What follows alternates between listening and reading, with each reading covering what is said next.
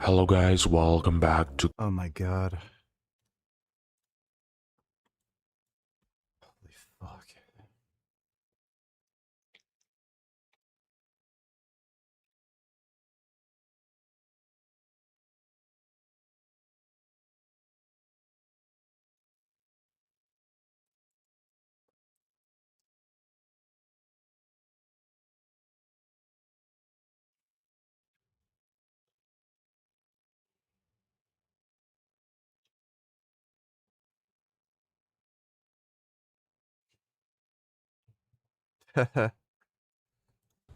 The streets of Montreal show the aftermath of moving day, but what it doesn't show are the people who had Dude, it blows my mind that these news stations have such terrible fucking editors when they upload these videos to YouTube. They only have audio coming out on one channel. How the fuck does that happen? They pay people to do this shit? Ugh. What's going on? I'm doing good. nowhere to go. Mayor Soraya Martinez Ferrada laid out the numbers. 219 people turned to the city for help finding a new home. 71 are now in temporary emergency shelters. All these cities and provinces and shit with female mayors and premiers, they're all going to shit. Which is almost a double that we had last year. There's another concerning trend. She says more Montrealers were evicted this year than last. The situation this year was troubling because Benoit Roulier is with Reclac. He says rising rents and the cost of living have made the problem worse. He also adds some Thank you, liberal government. landlords are taking advantage of two loopholes in the system: so-called emergency evictions and moving back into their property. these two loopholes have made it possible for some landlords to take advantage of the system and put people on the street. Roulier says in order to improve the housing crisis, the city needs better rent control, more social. There we go. Yep, there's the liberal government for you. Rent control. Yeah, how's that working out in New York? Buddy, like, give me a fucking break. Housing and a plan to put empty apartments to use. Well, you know, it Why do you think they're empty? Rent control. takes courage, but you could find ways to have to force the landlords to just open and use these apartments. And then they're not up to code because they can't raise rents as needed because of all these rent-controlled properties. And then they're going to be like called slumlords and, oh, you need to be building up to code. Then they're going to go bankrupt and then there's going to be less fucking apartments available. Dude, yeah, I'm fully convinced now, like, voting liberal is just fucking retarded. You're just asking to have people ruin your life and steal all your money.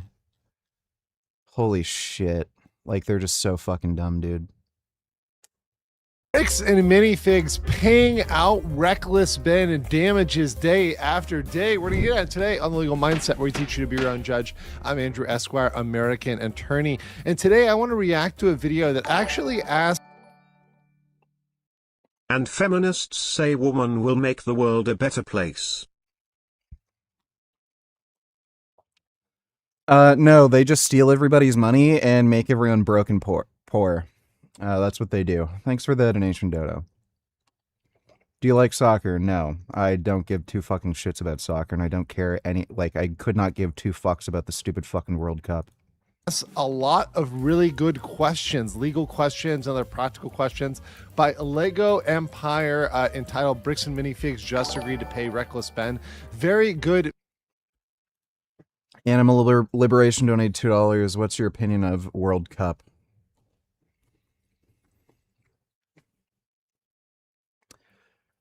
It's just a criminal empire. That's really all it is. And yeah, soccer's just fucking shit to begin with.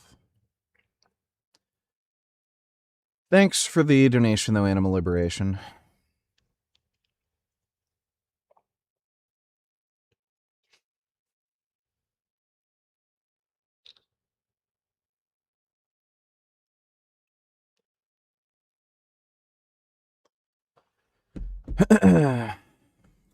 Video, so we're going to review that today. Let's get into it today with Reckless Ben and what's going on. I can't show you the actual video itself because it is of course on its Patreon. Ben in this video gives us a lot of good information. He goes over how his legal team and Bricks and Minifigs have been negotiating during this case. I think the negotiations as a whole have been going on essentially for the last couple weeks. I think that in this case, it probably even started before Ben had a lawyer, which is probably some of the problem here. Is Ben and Bricks and Minifigs probably started negotiating without everybody in place. But the question is, for how long have Ben's lawyers or professional mediators, how long have they been involved in this? We don't know how much Ben is actually listening to his lawyers and doing what they're telling him to do, or what Ben is doing, you know, if Ben is doing. I'm on Retatrutide right now. Ret is the most effective weight loss drug. It has unique benefits over tirzepatide with the glucagon agonist, where it's better for glycemic control, which is particularly good for me because when I'm dieting, I'm prone to go hypoglycemic, and then I have like issues with mood, energy, and just lightheadedness and dizziness. So I like Retta for that reason. It's also better at lowering your cholesterol. And GLP-1 agonists also seem to have a benefit for joint remodeling, where the cartilage in your joints might actually repair. And I've noticed anecdotally when I'm on Retta, my joints just feel better in general. So I'm probably just going to stay on GLP-1 agonists indefinitely, just for the variety of benefits they have, not just to like maintain a lower body weight. Son Goku Donate Tillers, would you say you were born naturally smart or you trained yourself to be smart? Well, intelligence is highly heritable, so if you're a particularly smart person, you're born smarter, like it's genetic. I feel like I've gotten smarter over time, but like again, that has to do likely to do with age, wisdom, acquiring knowledge, stuff like that. Thanks for the donation, Son Goku. Wow, even the Babylon Bee was right that women shouldn't be leaders.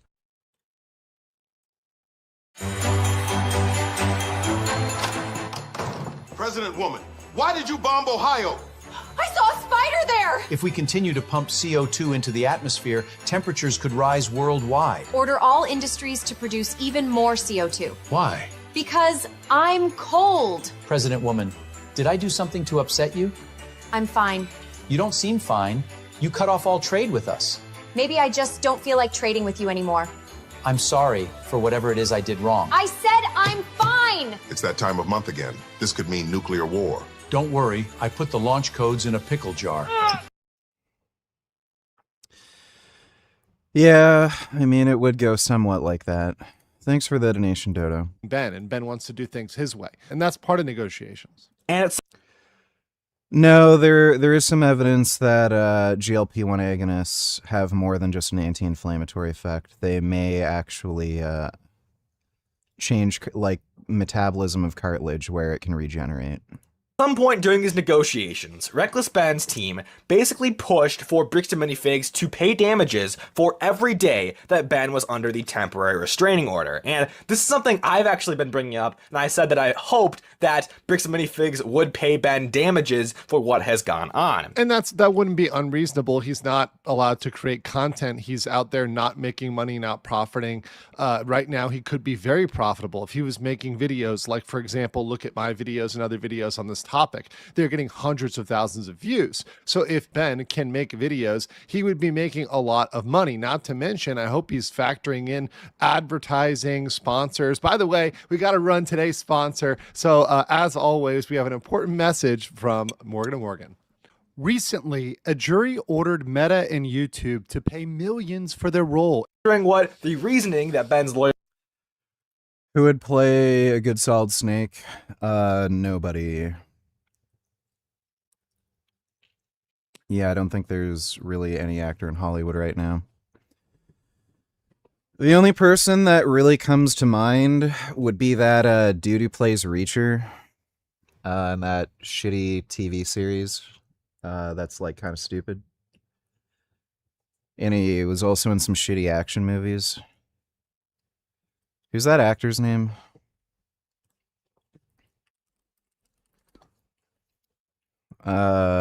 What's this guy's name?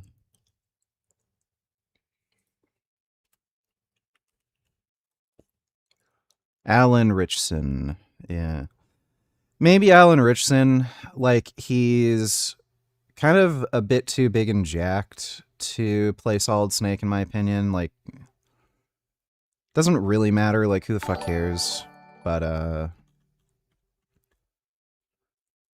you know, that's really the only person who kind of comes to mind, but I don't think he'd be a good fit for that role.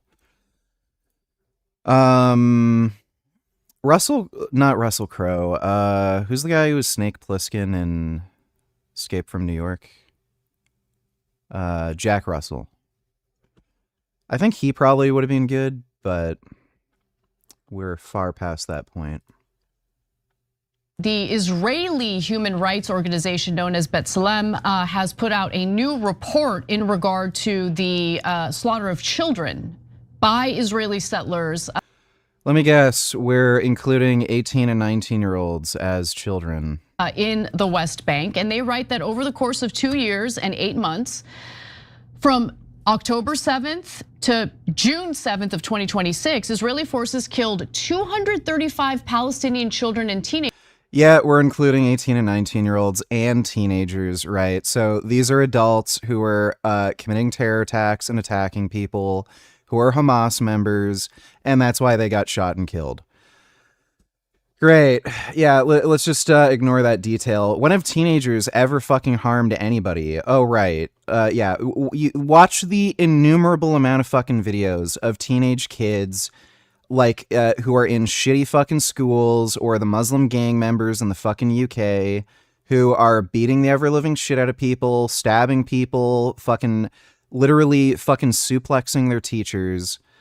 Yeah, I mean, it's so ridiculous. You can look at videos of fucking gang members in Chicago. I saw a fucking video where there was an 8th grade graduation.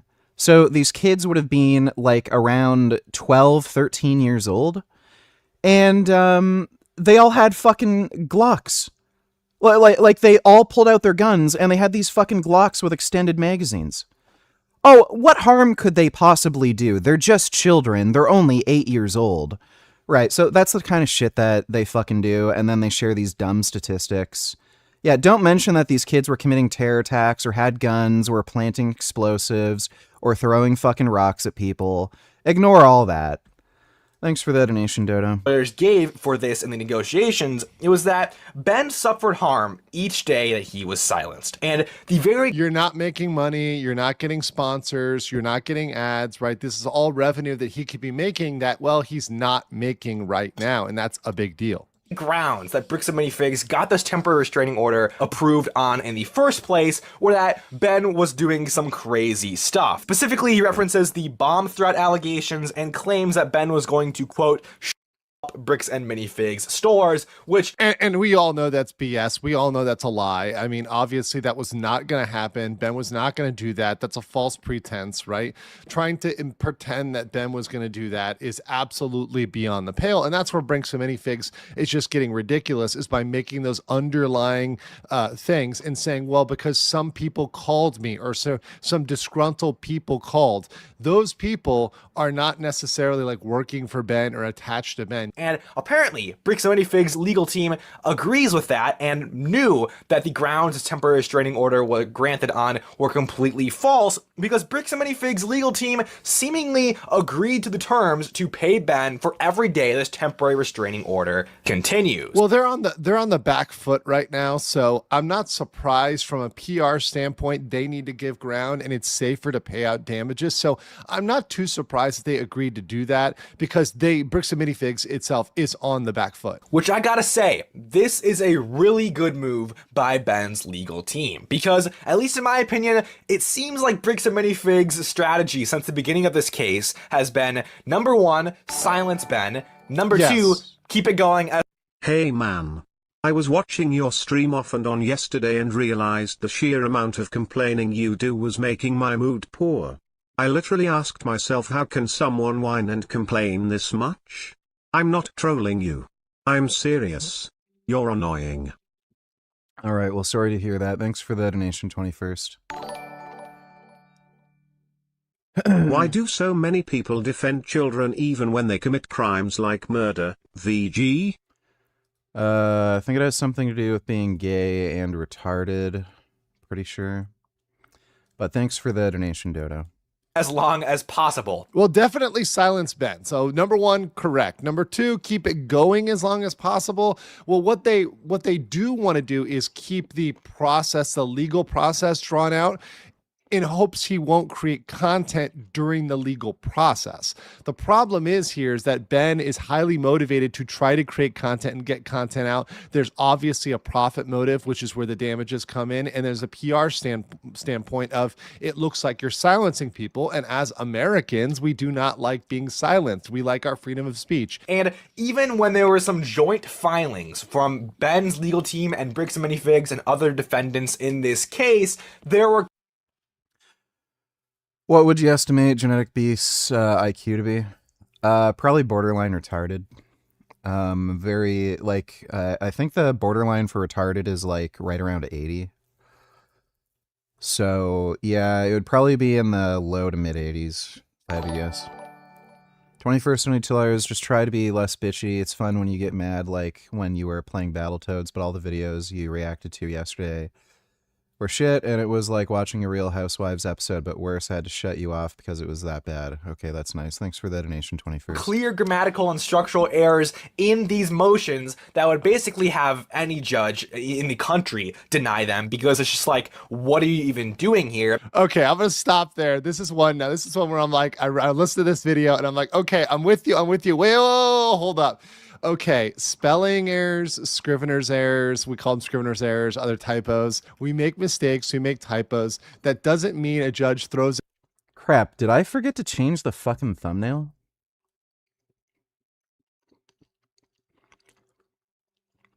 Oh my god, I hate how YouTube changed the fucking layout for the live stream thing, so it's like so much more fucking hard to find the goddamn stupid button.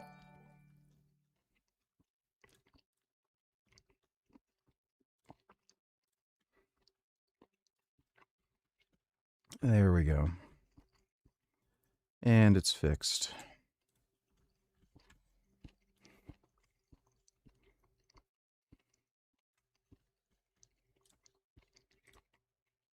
Dodo donated $2. Let me see.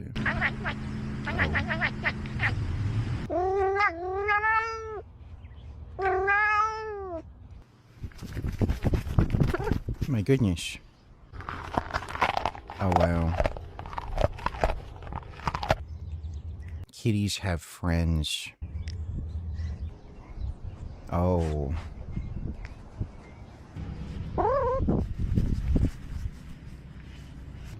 What beautiful kitty friends.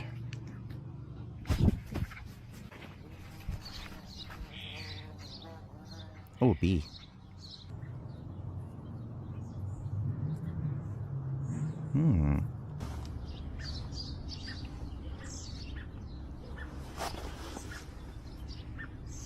Wow.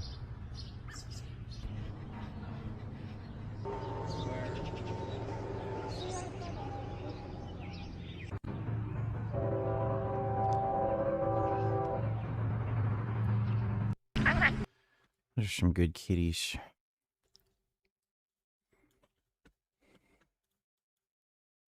I just came back to my country after 3 years. Can you quiet down? No. Explaining something. No. Those types of behaviors where somebody's acting up could be indicators that somebody's frustrated, could be indicators that someone is concealing something. This traveler is returning home after 3 years in Japan. Why every time I come into my own country I get searched? Keep your voice down.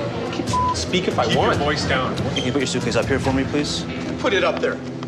Sir, can you please put your suitcase up here for me? No, do it. You want to search it? You search it. The attitude's not helping, okay? Well, I don't care. We try and use as many verbals as we possibly can to make sure that the person calms down. Wasn't working.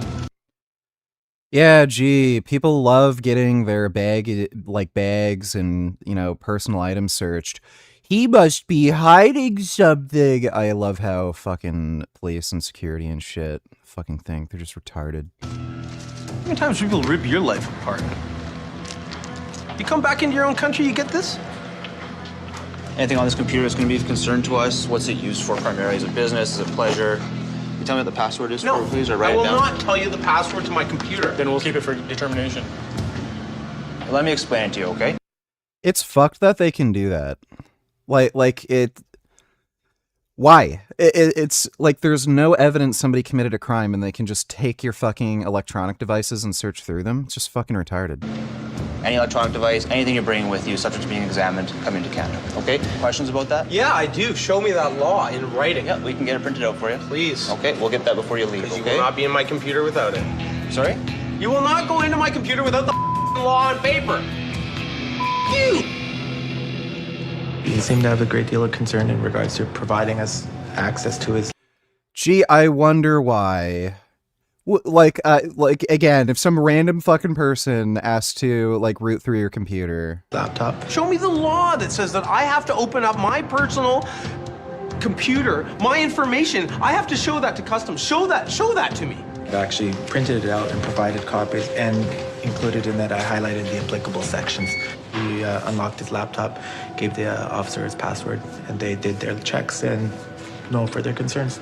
The traveler's free to go, but he's not through with the obscenities. I gotta pack my stuff up after 15 hours on airplanes? I gotta pack the coming into my own country? You bunch of As the tension mounts, officers move into position. You shut up, Okay. Hey, listen. What? You unpacked all my You know how long it took me to pack this? Not sure. Oh, I don't care. I'm just a custom idiot. You keep your voice Shut down. up. You shut up. Keep your voice down. You. Yeah. You too. You try and talk them down as much as you can. It wasn't working. Kept on escalating. No. Get your helmets and that kind of thing. yeah, but they'll let in literal fucking terrorists into the country. Canada has like no immigration restrictions, and they will literally let in Iranian terrorists. But some fucking white dude coming from Japan, oh, he's a risk. Why does Mamdani look so short he can be Greg's height? Probably is short. To stay hydrated, to put on sunscreen, and to stay safe. So we're working with event organizers to make sure. He's a fucking asshole. Fucking hate that dipshit. Canada is about to open its first ever super tall skyscraper. And I know what you're thinking, hang on a minute, what about the 553 meter CN tower? Well, that doesn't actually class as a building because it doesn't have enough habitable space. Instead, it's a freestanding structure, which means at 350 meters tall, Pinnacle Sky Tower is set to make history. Now, a building classes as super tall once it goes over 300 meters in height, and the Sky Tower is just one of 11 that could go up in Toronto over the coming years. The city's skyline is about to transform, and it's all because Canada... That's nice. Thanks for the donation, Dodo. The YouTube layout is just ass.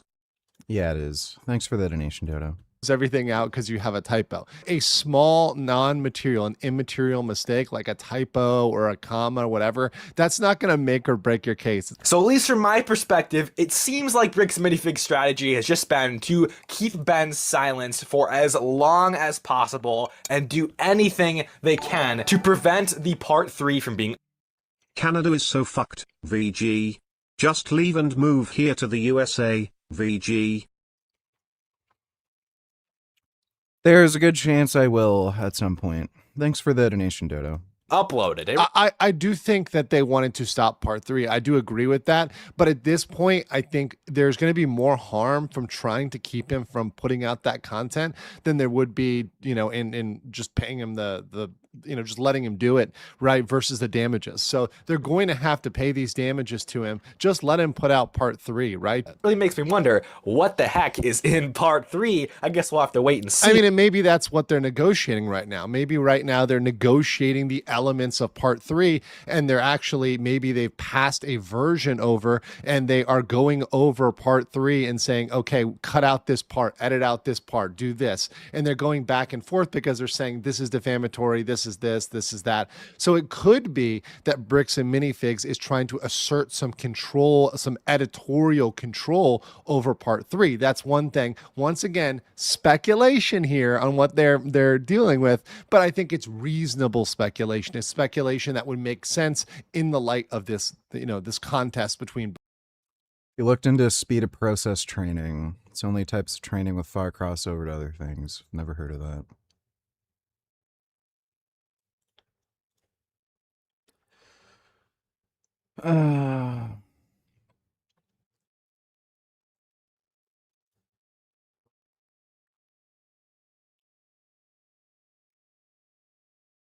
Yeah, I've never heard of that.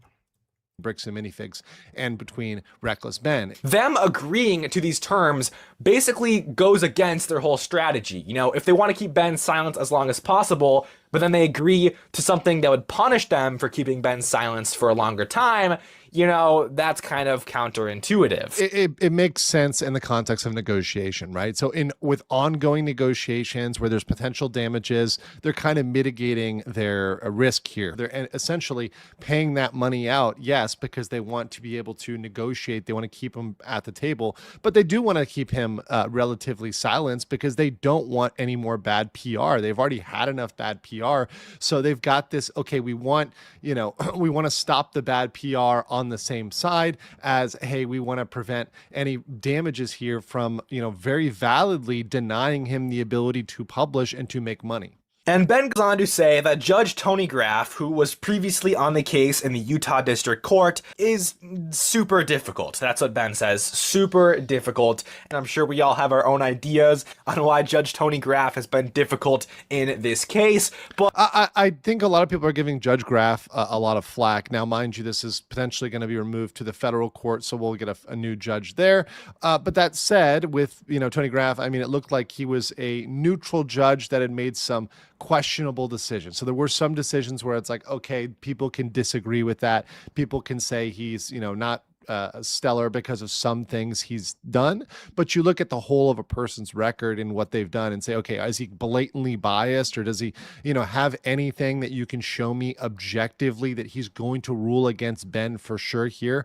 And I didn't see anything in his record that showed that he was 100% guaranteed to be biased against Ben. So I'm not on the plane of jumping in and saying this is a horrible judge, or he's super biased, or he's made bad decisions. I'm saying, look, a judge can make bad decisions, and judges do make bad decisions and mistakes, just like lawyers, right? And then Ben says that episode 3 is finished and ready to post. So it'll go up the moment the temporary restraining order expires. But something I am really wondering about is, now that this case is in federal court, what kind of bearing will the apparent agreeance of these terms to pay Ben for every day the temporary restraining order continues. Is that in writing somewhere? Like, I don't think that's in writing. I think that's unwritten. I think that's something that's part of these settlement negotiations. So I think that at this point, that is not part of the official order. There's no official ruling on that. So that's something that they've just agreed to do, right? And haven't formalized yet. So I think that's the status of that, to answer his question, which once again, Lego Empire here, very good questions and really on point for what people would want to know. So I think I really want to applaud him for having good questions. how concrete is that? Because that is huge. Because, you know, Ben deserves to be paid because he has lost revenue from not being able to post part 3 and other content on Bricks and Minifigs. Very fair. He absolutely does have lost revenue that does need to be recovered. And Ben goes on to basically confirm what we've all assumed, that Bricks and Minifigs has been delaying things for a while. So Ben has not gotten the chance to post part 3. He's just been delayed.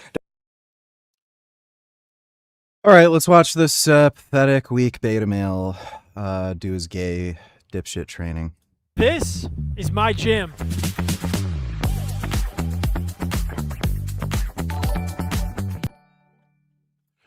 Dodo, $22. Let me see. An extraordinary development in the bombing in Monaco that injured a Ukrainian millionaire. CCTV images had suggested the prime suspect for police was indeed a man, but they have ascertained they are now, in fact, looking for a woman. She was in disguise, and they've named her as Anastasia Berezovska, a Ukrainian national. Now, the detail of this investigation is fascinating. They looked at CCTV images in the days ahead and spotted what looked like the prime suspect, a man in a hat and a hoodie, around the area, looking at the door of the residence where the bomb was left, and hit Vadim Yermolayev, the Ukrainian millionaire, and a woman and child in his company. Here's what they had to say. It was then noted that on June 28, 2026, the only day for which no observations had been made by the individual wearing the baseball cap, a woman followed the same route around the site of the explosion. This led to the conclusion that this woman, who had dark brown hair, was heavy-set, and had a prominent tattoo on her right arm, might be the same person who had planted the explosive device. Now, they've retraced her steps. They believe she's resident in Germany, that she took a hire car from Germany into Monaco, and of course now she's a subject of a Europe-wide manhunt. They consider the device to have been relatively sophisticated, and it was carried in a shopping bag, seen on the CCTV in the days ahead as well. So it was left It's probably paid by somebody to do it. there and then detonated by remote. The police say it was a homemade device, and they are looking perhaps to see if there were any other perpetrators that assisted Ms. Berezovska, and indeed who all... Yeah, there's practically no chance she made that bomb. They probably just found a compromised individual to pay to do it. Ordered that particular attack. Why, it's still unclear as to why Mr. Yermolayev was the target here. He has no obvious links to the war in Ukraine, but this extraordinary attack has rattled the otherwise tranquil and wealthy world of Monaco. But now a swift police investigation has led to this Interpol red notice seeking one. Well, she is cooked.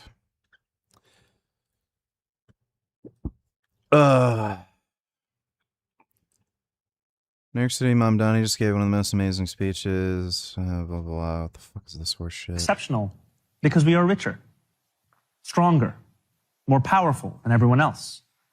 The truth, my friends, is that America is exceptional because here, nothing is here with me today. All of powerful have always known there. It's only to those with the right access to one another. Who cares? Oh my God! This is crazy! That's disgusting. I don't care. Get the fuck up. You know it's right. Oh my God. Oh shit. Oh shit. Oh shit. Oh shit. Oh shit.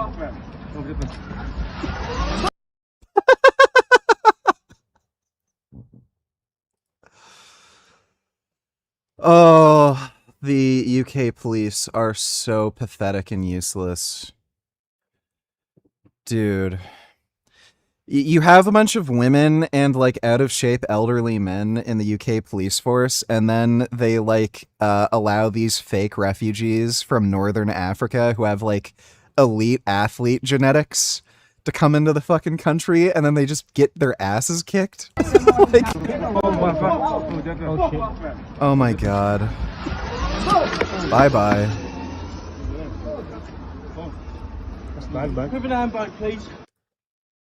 Oh my dude, that's just pathetic. 200 as we mark 250 years. What do we see? We see a city of contradictions within a nation of contradictions. Okay, so he's just asking to steal more money from people so a bunch of fucking retards don't have to work. Thanks for the donation, Dodo. There are no walls, no mirrors, and I don't train any of the things you've been told to train. I built this. That's because you're a beta male fucking pussy who's afraid of heavy weights. This whole gym with one question in mind. What kind of body do I want to live in for the next 40, 50, 60, 70 years?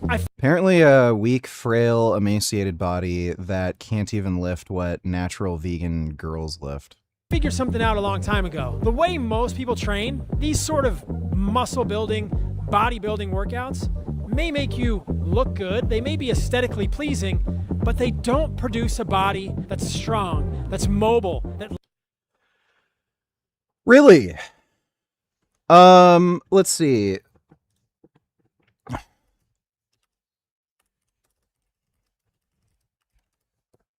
So Mark Kerr is probably the most jacked UFC fighter ever.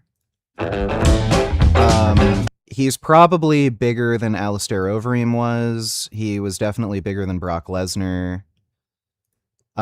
This guy lifted heavy weights.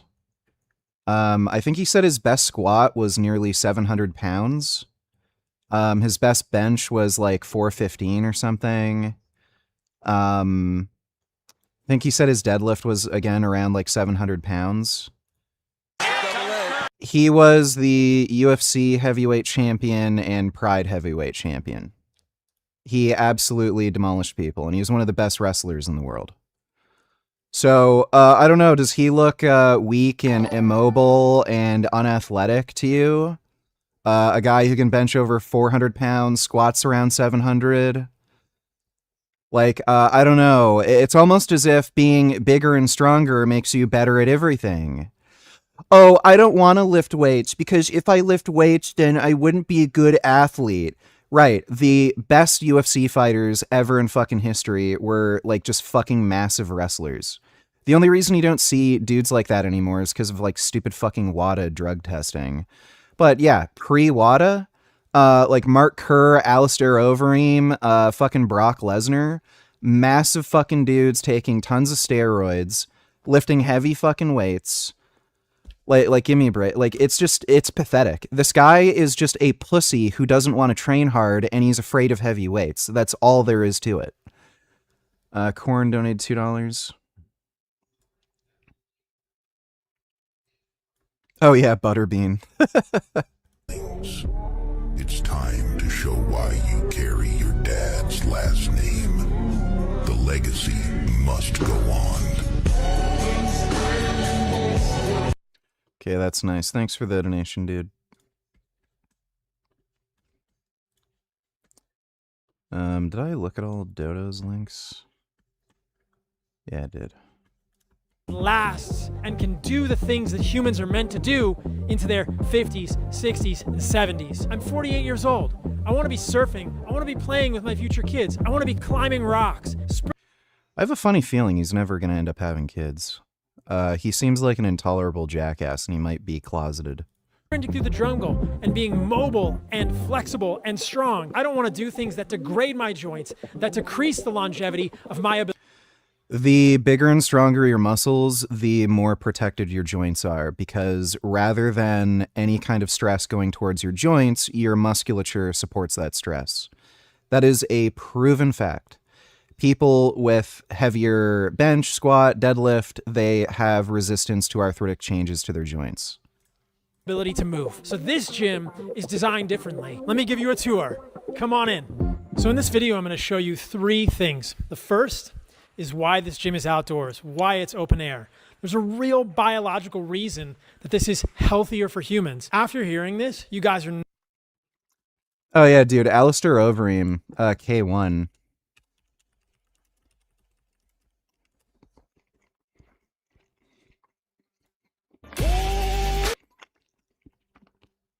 You see, guys, Alistair Overeem, he should have trained like Paul Saladino, where he lifts like really gay light baby weights and just does a bunch of gay stretches and doesn't like work too hard. And he also shouldn't have taken steroids. He actually would have been a better fighter because with all that muscle, he's like actually weaker and less mobile and less athletic. Right. And then he just fucking demolishes people. He just ran through motherfuckers. Like, let's see Paul Saladino fight Alistair Overeem. He'd die. Like, literally die.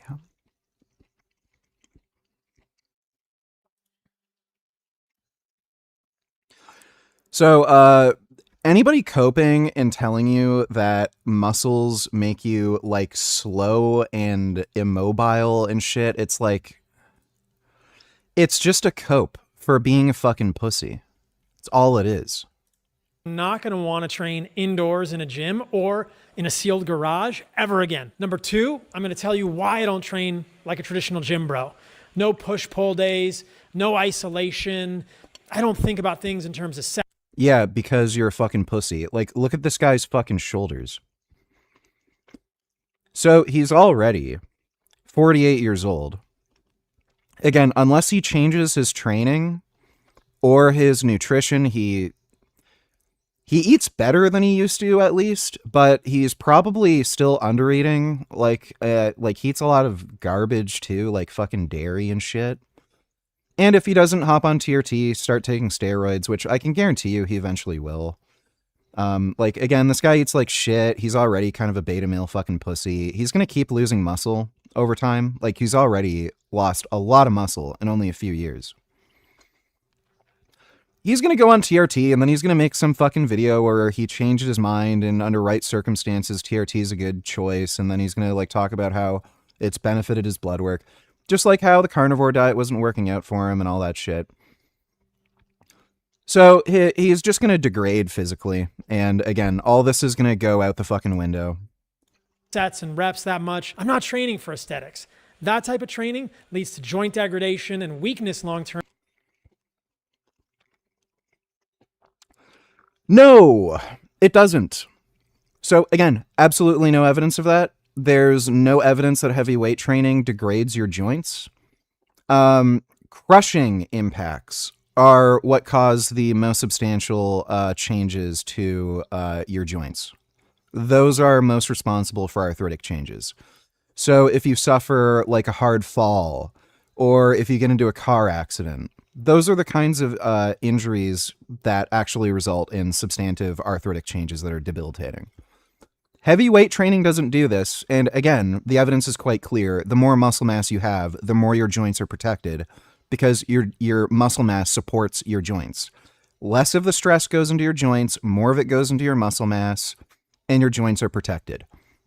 That's why in elderly individuals who do heavy weight training, they have less fucking issues with pain.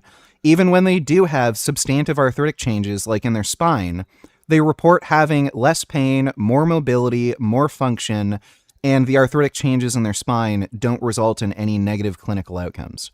So again, this guy's just a pussy. He's looking for excuses not to lift any heavy weights because he's a little bitch. And I can guarantee you, even if he tried, he'd still probably like end up looking like a joke just because he's like a fucking pussy. He eats like shit. Again, he has beta male fucking mindset. Probably beta male fucking genes too. His parents were probably fucked. And everyone, when he starts lifting weights, everyone's going to notice, oh, this guy's weak as a fucking kitten. He can't fucking lift anything. He can't grow any fucking muscle. And then all the fucking vegans on YouTube who are lifting are going to mock him. Have you been in any physical fights before, and if so, who won? Just curious. Yes, I have. Blah, blah, blah. I've fought in hockey. I've fought kids at school and shit. And yeah, I won. Great. An actual fragility and limitation in mobility and things like sprinting. Number 3, I'm going to show you my favorite 2 pieces of equipment in this gym. Dude, what's hilarious, sprinters do weight training. So Ben Johnson, who I think got busted for using Winstrol,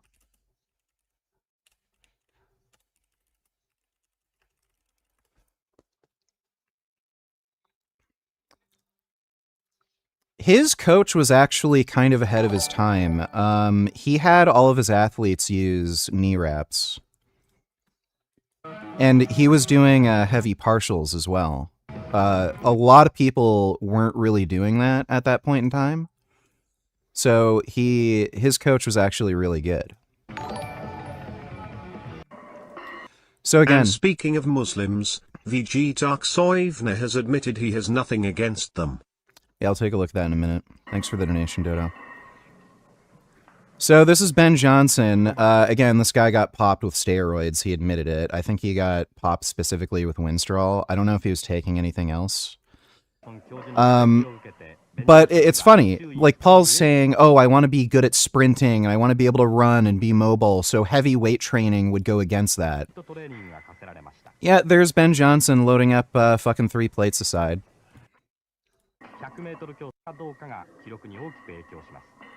Well, look at that. Isn't that funny? What is the deal with this video? The fuck?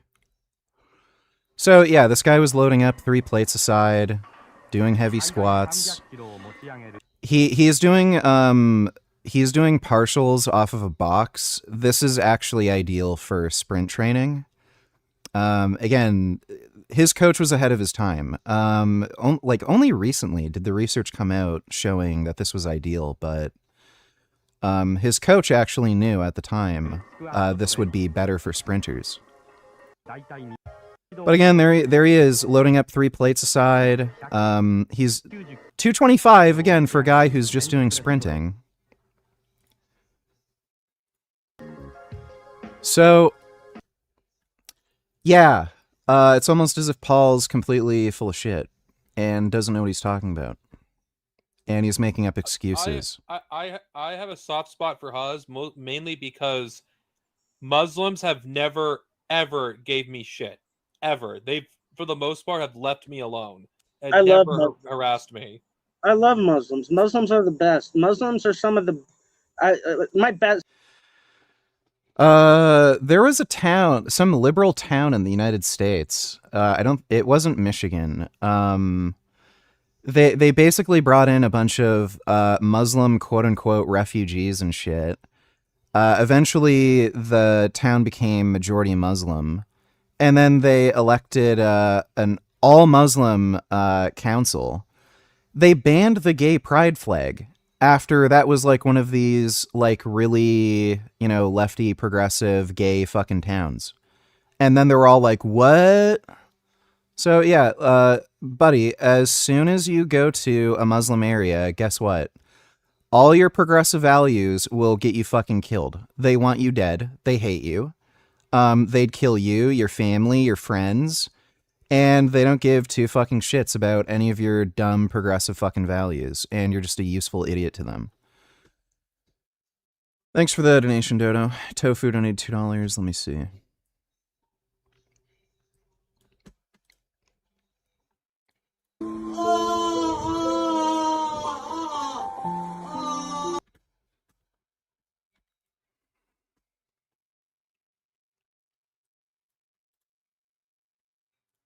Megan, I can't sit anywhere.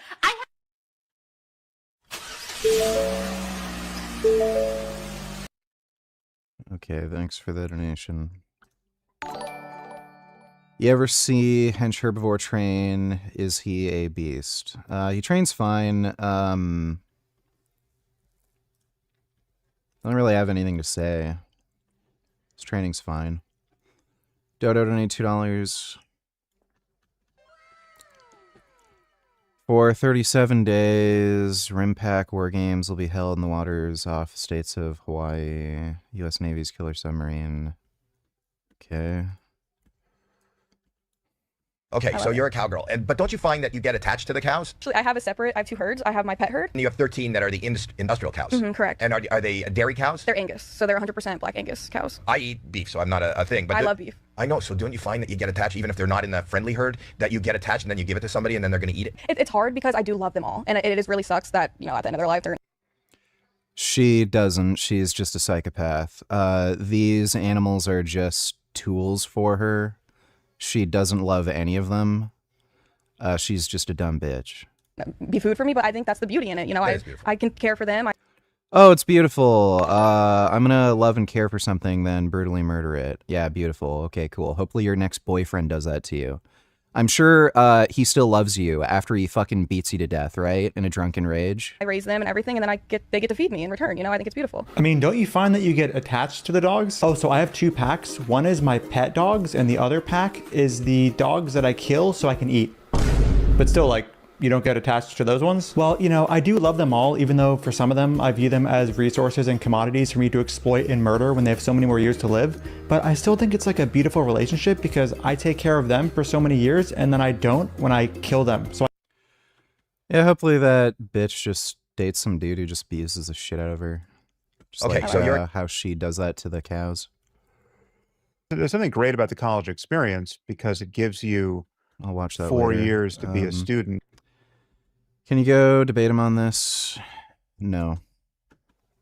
Who perpetrate gun violence in the country, correct? Yeah, that seems to be the case. Okay, in the so I United mean, States. with mostly illegally obtained firearms purchased on the street, you would concede that as well. That's correct? not true. No, that is true. How do you know it's not gun true? violence It's not true is because it comes perpetrated from by the illegally 20 obtained firearms. Sure, so that comes from a 2016 report that the Bureau of Justice Statistics did, and it's oftentimes miscited. The reality is that 90% of guns that are used to commit crimes aren't purchased from a retail source, but only about 43% of those are illegally obtained on the black market. 20% of those are obtained from family members or other sources where they have been legally acquired. That is the most ridiculous load of fucking nonsense. So, they're illegally acquired. They're just illegally acquired from someone who fucking got it legally. But by that definition, every fucking firearm practically, unless it's homemade, is legally acquired. Like, he's fucking retarded. Thanks for the donation, Dodo. For Furs donated $2. I was going to fact check you and say what you said about the gay flag pride being banned in a town Muslims took over is bullshit, but it turns out you were right for once on that one. Hamtramck, Michigan is the town. Okay. Yeah, so it was Michigan. Yep. It's what Muslims do. As soon as they'll play nice with the progressive community at first, but then as soon as they become the majority, it's all over. Sharia law. So yeah, it's what they do. Oh. Dude, liberals are such fucking retards. Like actual retards. You cannot fucking reason with them.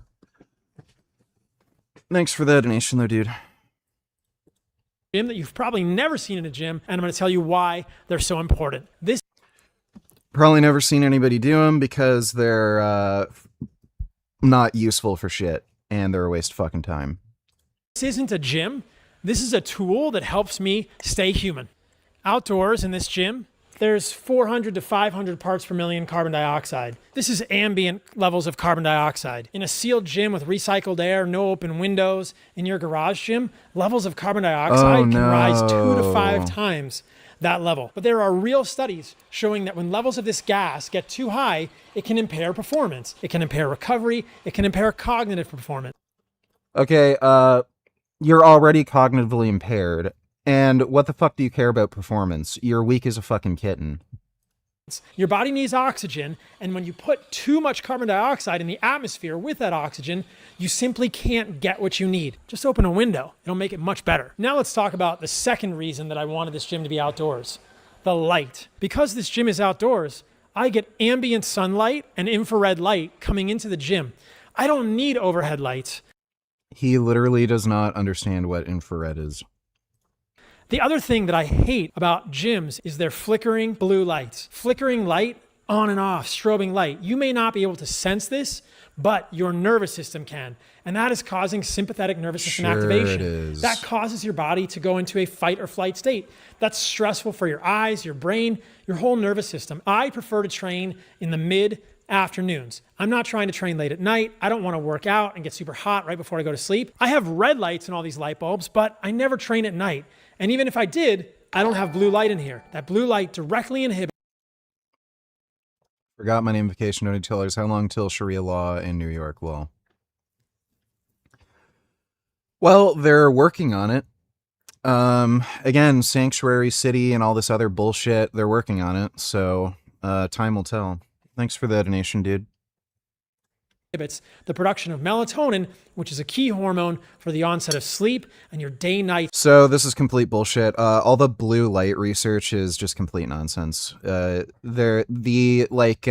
blue light sources that they talk about, like a television or your phone screen or like laptop or something, it's not nearly enough to do anything to disrupt your circadian rhythm. Like, it has to be very bright, like sunlight type light. Cycling. So open air, fresh air, the CO2 levels are lower, and I get sunlight with red, infrared. Then why do liberals care about Muslims so much when they don't even care about progressives like them? Because they're fucking stupid. Thanks for the donation, Dodo. And even some ultraviolet wavelengths. So that's why the gym has no walls. I want to be as much outside when I'm in the gym. In addition to those three things in this video, I'm going to show you my favorite pre-workout later in this video. There's good evidence that this is an amazing pre-workout.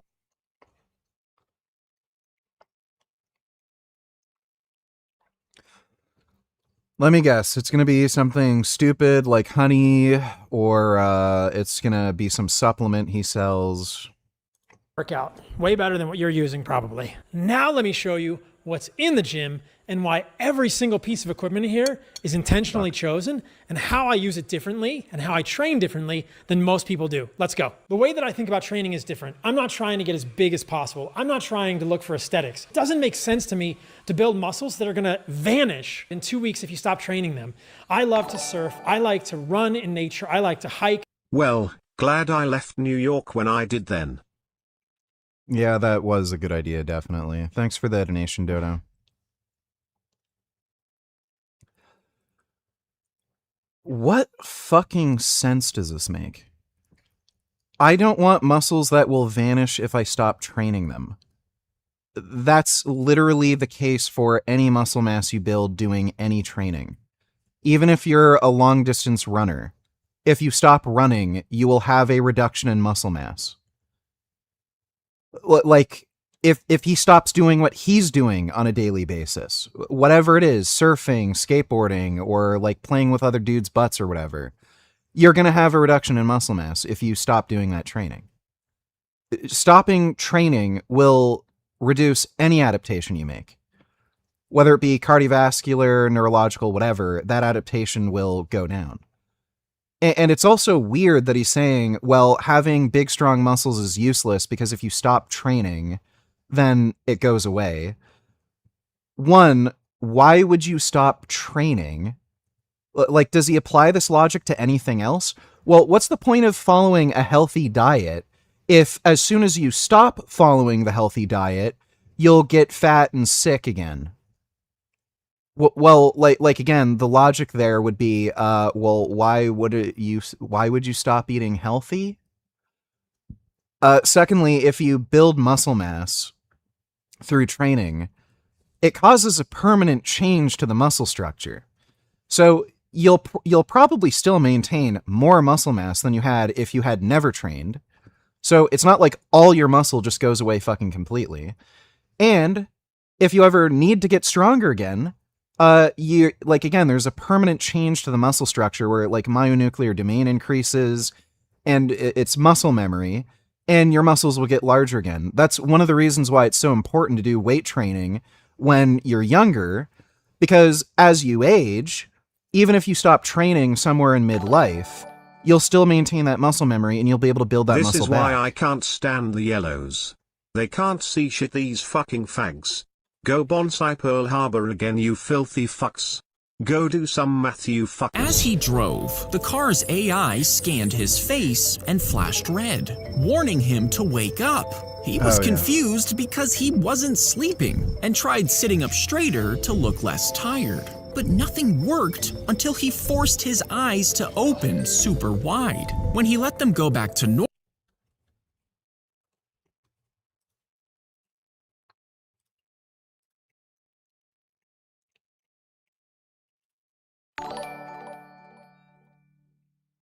Do you think it's possible that Muslims could take over the world, VG? If so, what would that be like, and how would these progressives react? No, they're nowhere near competent enough to do that. They're fucking stupid, a lot of them are inbred, and they even hate each other, so they're never going to have a great enough degree of cooperation to do that. Thanks for the donation, Dodo. the alarm rang again, going off 20 times during the trip. You see, the AI was designed to beep whenever it couldn't see the iris, but the man naturally had heavy eye folds. People who are more muscular just have a better quality of life overall. Yep, that is true. Especially when it comes to bitches. Thanks for that donation, Rack. Which are when the eyelid's skin and fat overlap Yeah, near okay, great. He is Asian. Climb trees and do fun things in nature with people I care about. That's what I want muscles for. I train every day because I'm a human and I want to move every single day. So he's saying he doesn't want to do any kind of strength training because if he stops, his muscles will go away. But then he says he needs to train every day for his lifestyle goals. So then how could that possibly be an argument against doing strength training? Like, this guy is, he's a fucktard.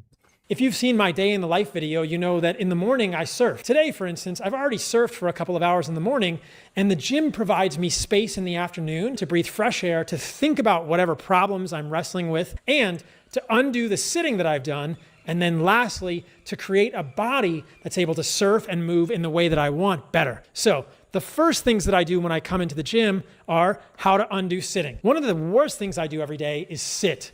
I hate sitting at my desk, but I have to do this for my work. So the first thing that I think about when I come into the gym is how to undo the sitting that I think I had bigger pectoral muscles when I was like 10 years old. I'm not even kidding. Like when I was 10, I was doing push-ups and stuff. I'm pretty sure I had bigger pectoral muscles when I was 10. Like, I've done. So I think I can only imagine how little this guy could bench press. Like, my mom could probably outlift him at this point. About shoulders. How can I stretch my shoulders and move my shoulders? I'll do arm swings. I'll obviously stretch my arms over my head. I'll think about deep squats, and I'll move in the deep squat in various positions to try and stretch and undo negative effects of sitting on my low back. I'll also come into the gym and I will hang. I'll do some light pull-up work in the beginning of my gym session, but I'm trying to undo the sitting at the level of my shoulders, my thoracic, and my lumbar spine.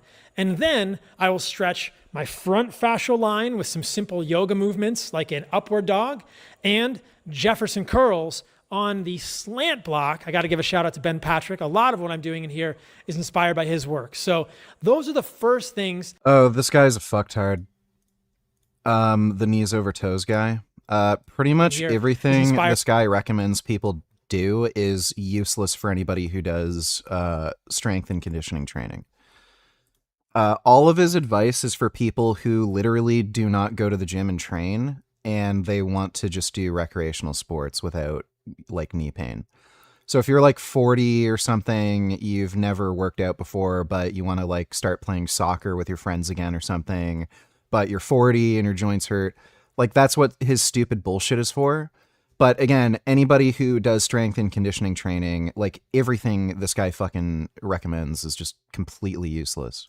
By his work. So those are the first things that I'm thinking about for mobility when I get to the gym. After I've done the basic mobility work, which is kind of the anti-sitting, I'll start to warm up some of the muscle groups gradually. I'll do some light stuff for shoulders. I'll use these 3-pound weights to do this series of movements. This is to help with shoulder endurance for punching. My God, dude. Like, you just can't fucking make this shit up.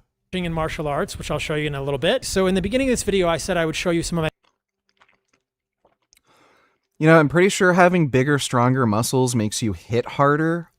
That's why, like, again, if you look at any fucking heavyweight fighters, they're kind of, like, fucking massively jacked. I don't know, man. Like, looks like Mike Tyson, like, one of the hardest fucking punchers of all time. Looks like he had pretty fucking jacked shoulders. Pecs were kind of popping out more than yours, too. But, I'm just gonna lift little baby weights, 3 pounds. I'm gonna circle them around a little bit. I want to be good at fighting. 3 pounds. I want to be a good fighter. I do martial arts. Yeah, I just move around like this with 3 pounds. Dude, it's just fucking pathetic. My favorite things in the gym, the balance board is one of them. If you don't have one of these balance boards, get these. These are incredible. There's 2 different kinds that I have. One of them is called a goof board. The goof board has one axis that kind of mimics surfing, and the other one is called a SI board, S-I board. And the SI board has a ball underneath. Balancing is just good for my brain. Obviously, I'm thinking about surfing here, but one of the things that kills us most swiftly as we age is falling. And so practicing your balance every day is not only fun, it's essential for who we are as humans. And that is going to warm up my ankles, my knees, my hips a little bit. Then I'm going to go to something. If you just do, like, recreational kind of sporting activities, like cycling, inline skating is really good for that. That's a very good kind of exercise that requires balance. You maintain balance in old age. Like, he is right. Your balance does decrease as you get older. Spec King of Dearborn. I'll look at that in a second. Thanks for the donation, Dodo. You do lose balance as you get older, and that can result in really bad injuries. So if you're old and frail and you can't balance and then you, like, fall down a set of stairs, like, you're dead. So yeah, doing things that help your balance as you get older is good, but you don't need to necessarily... Richard, it's your boy from Outworld. Can you recommend me my first cycle? 39 years old, 18 years training powerlifting, 6 foot, 200 pounds, around 15% BF. Wanna keep getting big and strong. Keep shitting on that lying scamming pussy fucker Saladino. So watch Dr. Todd Lee's Anabolic University. He has a playlist on starting your first cycle. The basics are just start with a low dose of testosterone. For most men, that's going to be 20 milligrams per day in daily injections. And if you just to be safe, if you don't know until you, like, go on these drugs. Some people hyper aromatize, and they also have very sensitive glands.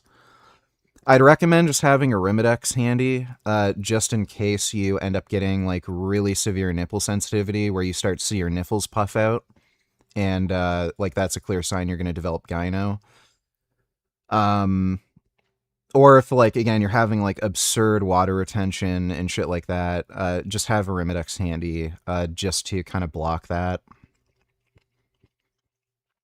Again, 20 milligrams a day, most people aren't going to have any issues on that. But, yeah, just go with testosterone and enthate. There's a shortage in testcypionate right now. I can't remember why, but, just use test and enthate. But again, I'd recommend, just looking at, Dr. Todd Lee's video series on starting your first cycle. Thanks for the donation, dude. Peace be upon you, O Aba Abdullah. Peace be upon you, O Aba Abdullah. Peace be upon you, O Aba Abdullah. My soul is for you, O Aba Abdullah.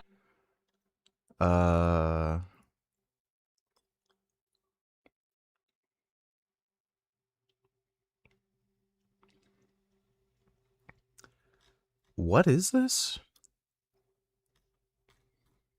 Who the fuck is this guy that they're talking about? Yeah, well, anyway, that's why you don't let Muslims in your country. Thanks for the donation, Dodo. Is his advice also useless? I have no idea. I don't know who this guy is. Thanks for the donation, dude. Something like a seated good morning with a little bit of weight to start warming up the hips and the hip adductors a little more. And then I go onto the mat and do some hip rotations, a backward bridge type exercise, and some front facing levers on the mat. I've got mobility stuff to start, then I'm doing easy warm-ups in these muscle groups, and then I'm gonna get into harder work. All right, guys, so I promised I'd show you my favorite pre-workout. It's honey. It's honey. I knew it. You definitely want to start rotting your teeth before you start training. Workout, it's honey. There's really good evidence that intra-workout carbohydrates decrease cortisol, improve. He does not need intra-workout carbohydrates. He doesn't train anywhere near long and hard enough. Recovery. I think a lot of gym bros are just using things like Gatorade or sugar. But why would you use a processed, refined sugar that is... Because it's better for your fucking teeth. I don't know why you'd use honey when we know it will rot your teeth worse than any other form of sugar. Known to create dysbiosis, increase lipopolysaccharide in your gut, also known as endotoxin, when you could use something like honey, and actually has been shown to do the opposite. I have a couple of tablespoons of honey before and maybe a tablespoon. This is also why. Let me take a When look. you observe what's happened in the West, not just in the last couple of years, but in the last couple of decades, do you hold out hope that the West will be able to deal with the grip of radical Islam? Well, I think, no. Let me be very precise about this. These Islamists and then the Muslim Brotherhood, what do they have right now? They have a system of banking, including charities. They call them charities, but those are not charities. Those are the sort of companies that they run to refund and money laundry the Islamists all the way in the Middle East. Because if he has an open account in Australia, no one is going to ask about it. And he's going to have an Australian citizen to run that money in the name of fund and charity. Now, if you ask, there is organizations, I would not mention their names, and that's because we are in this time and age where you cannot mention a Muslim Brotherhood charity, because guess what? In Australia right now at this moment, they will sue you, sue the channel, sue everybody, because they want to censor your right to speak or name them. They want to make it expensive for anybody to name them. They have banking in terms of charity. They have schools right now. They are in your universities, and they will have more and more people in the government and the members of the parliament to at least defend them or sympathize with them. Now, if we are having all this, that means they're controlling your street. Later on, you will see some of them being a judge or so on. So they will make sure they have always a lawyer and a judge defend them, and they are already some part of the regulations in the regulatory when it comes to the government. They're in your streets. They're in your education system, and they are part of the regulators. They are everywhere, and they're growing. And the funds, unfortunately, comes right from outside. In fact, I can give you an example. It's a very broad example, a funny one, in fact. The Islamic regime in Iran was targeting my country with over 3,000 rockets and drones, targeting everyone, civilian. He wasn't targeting an American base, he was targeting civilians, children in Kuwait, in Bahrain, and also in my country. Question is, did you see any protests in Australia about this, against the Iranian aggression, in solidarity and in support of the Muslim people who are in the United Arab Emirates or in Bahrain or in Kuwait? We were marching for the Muslims in Gaza, but not for the Muslims being attacked by Iran. Well, this is the thing. Because this answers your question. The moment you ask why is that, because the Muslim Brotherhood do not like UAE or Bahrain, because we counter the Muslim Brotherhood and we ban them. So it's not about Islam. This is not about Islam. This is not about human rights. This is not about genocide, because Iran committed a genocide. 40,000 people of the Iranian did not come back since January. Iran killed those children and women and executed them right in the street. Yes. Not even one protest in support of theirs from the many communities in Australia. Oh yeah, it's disgusting. So is the long game to take over these Western countries? Is that the long game for the Muslim Brotherhood?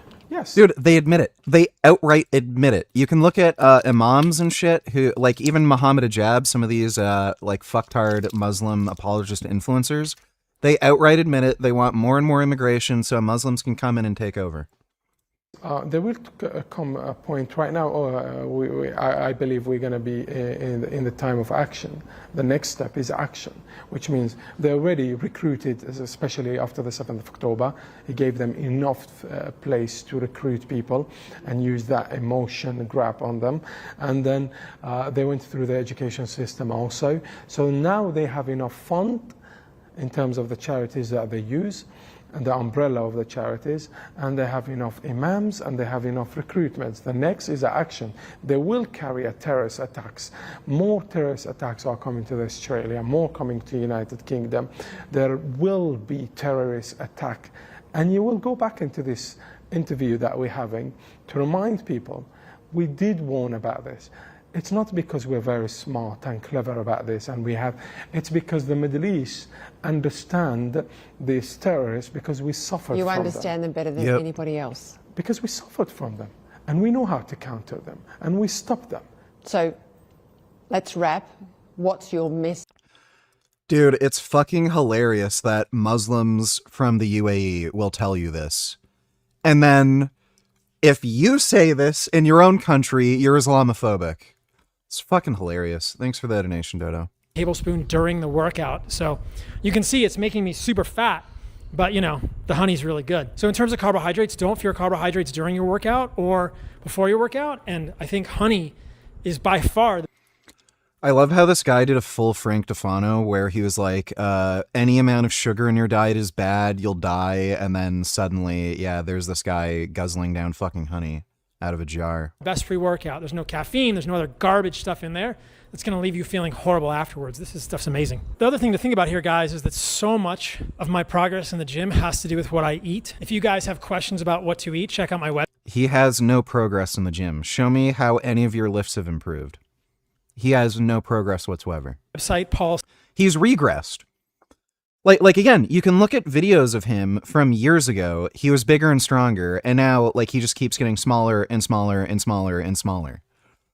SaladinoMD.com. Make sure that if you want to get in the gym and you want your body to perform. So I'm going to keep working that sort of atypical strength with the L-sit. This is one of my favorite things. The other thing that your gym needs is parallettes. And doing an L-sit, this is so good for the hip flexors. So I'm going to do L-sits.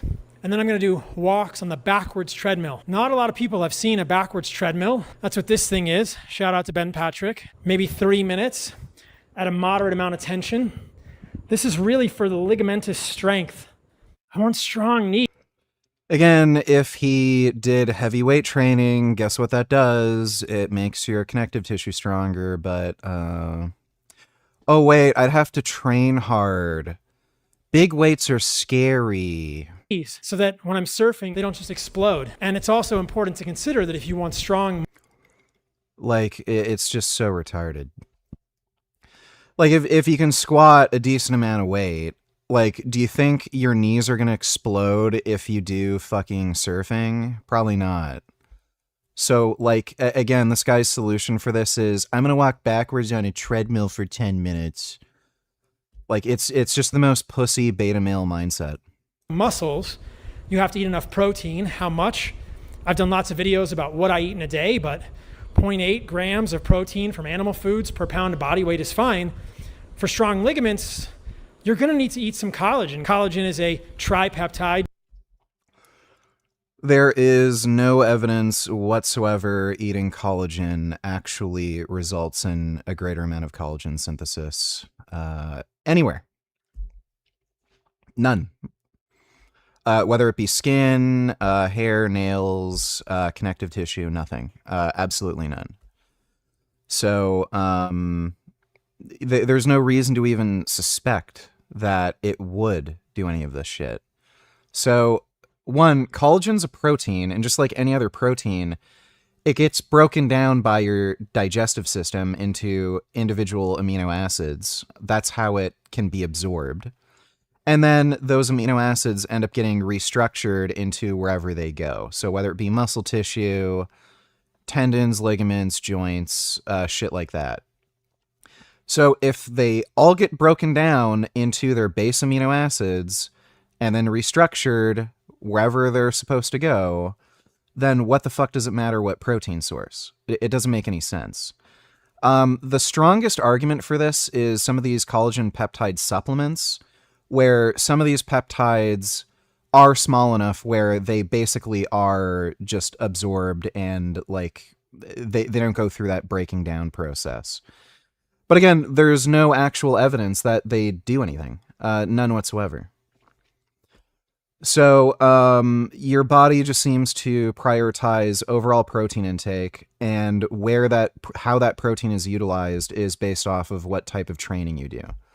So if you don't do any training, that protein isn't going to do anything to build muscle or strengthen your ligaments or tendons. But again, if you do heavy weight training, that's going to create an anabolic signal to remodel your muscles and tendons and ligaments, and they'll be bigger and stronger.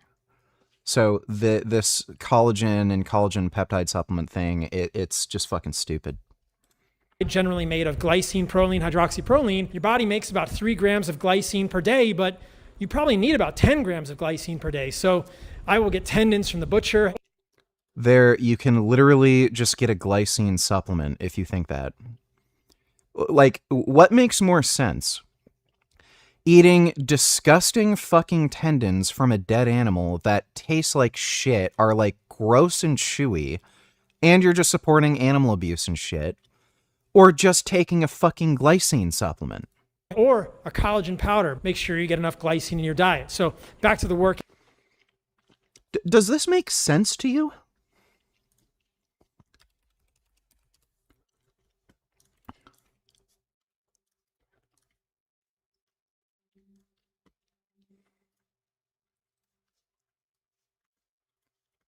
There you go. Glycine supplements, 1,000 milligrams, 100 veggie caps.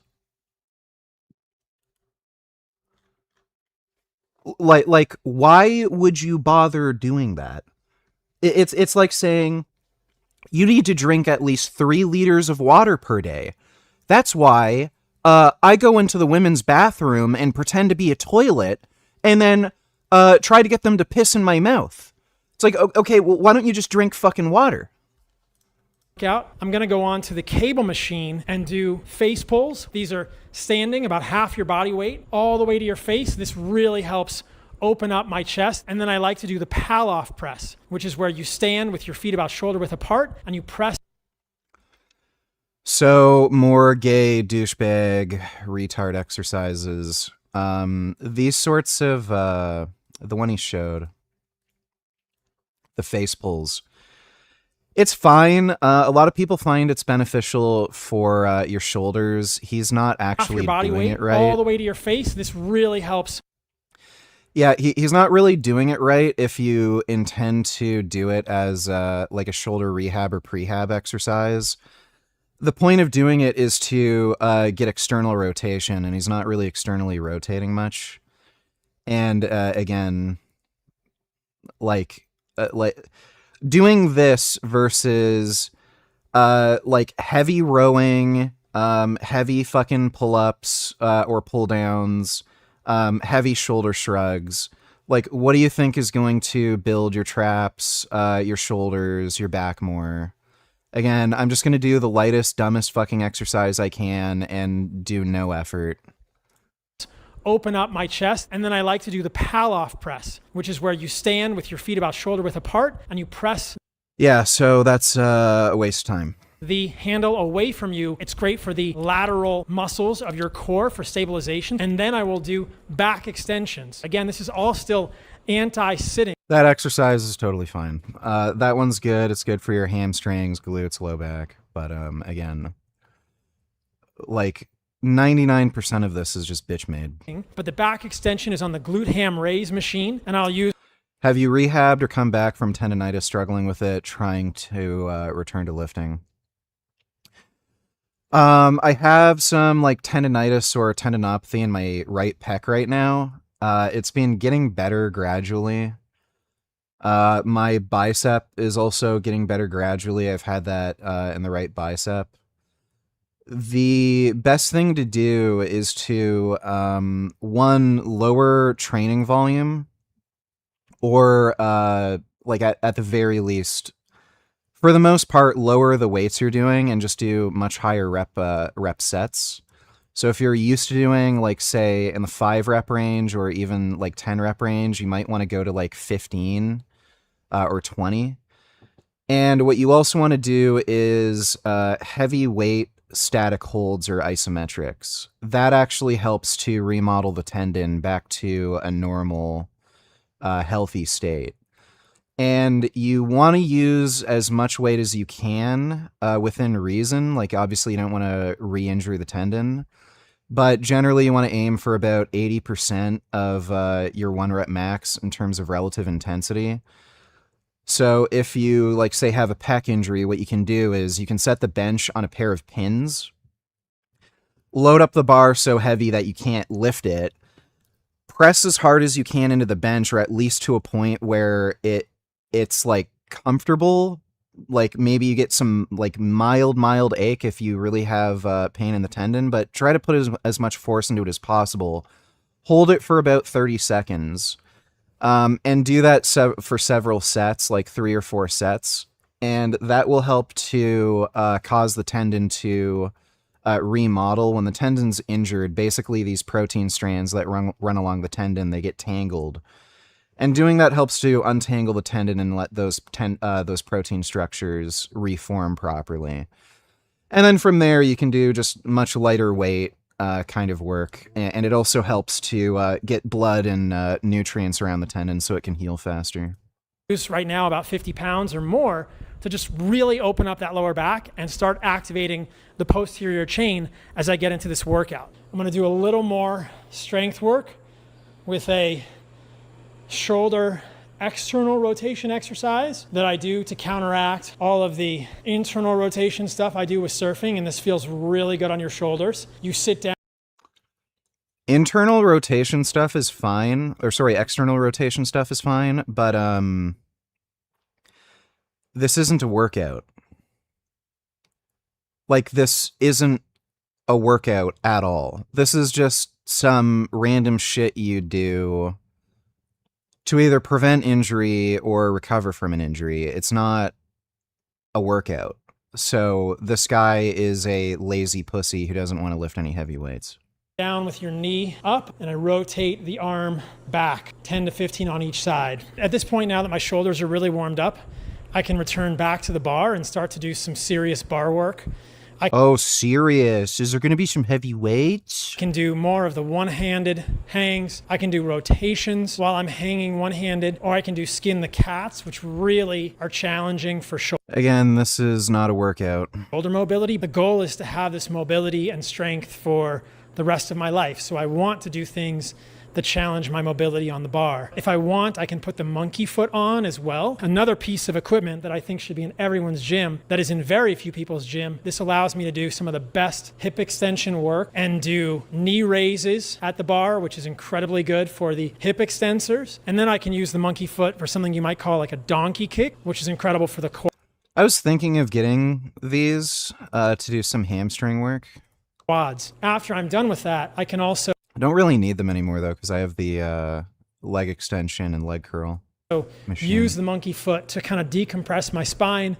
If I feel like my pelvis is out of alignment, I can put the monkey foot on one side or the other. I can do weighted pull-ups with it, but it really helps me lengthen the spine. These type of things feel really good to me. The bar is one of the key things in this gym, and there's a lot of talk about grip strength and longevity. Things in the gym that are correlated with longevity are VO2 max. Guess what increases your grip strength? training with big heavy weights. Oh no, that would be hard. That would be scary. With sprinting and grip strength. I think that using grip strength as a litmus test of your potential for longevity is better. I don't think you should train grip strength for longevity, although I think hanging is good for decompression. I recently hung for almost 13 minutes. I think it was 12 minutes and 42 seconds with alternating hands. I think the record is over an hour and a half, so I'm nowhere near it, but how long can you guys hang for? I'm gonna do one more stretch on the bench called a couch stretch, and this is again to work on the... This isn't a workout. He's just doing like a bunch of stretches and like rehab work. Rotation of the pelvis, shifting it from an anterior pelvis. Why does he have this shitty ratty bench that says UFC on it? Like this guy's rich. He has rogue equipment here. Like I see it. And then he has this like shitty dumb bench that says UFC. Tilt to as much posterior as I can get. I'm going to do a little more mobility in the shoulders on the rings. I like to use the rings for... Like, it's funny, I can see a barbell in the background, but he doesn't seem to be interested in fucking lifting it. Lateral stretching, and so I'll do varying degrees, and then I'm going to get into the Nordic over there. Okay, this guy is just fucking lazy. He just wants to fuck around and hang out outside. You guys have probably never seen this before, but this is incredible for your hamstrings and your posterior chain. Wow. So... now that I'm warm. That is a good exercise. I can't do them because of my retarded fucked up knee problem, but those are a good exercise. I'm going to get into some explosive work. The first thing I'm going to do for explosive work is jump rope, but it's not any jump rope. This is different than any.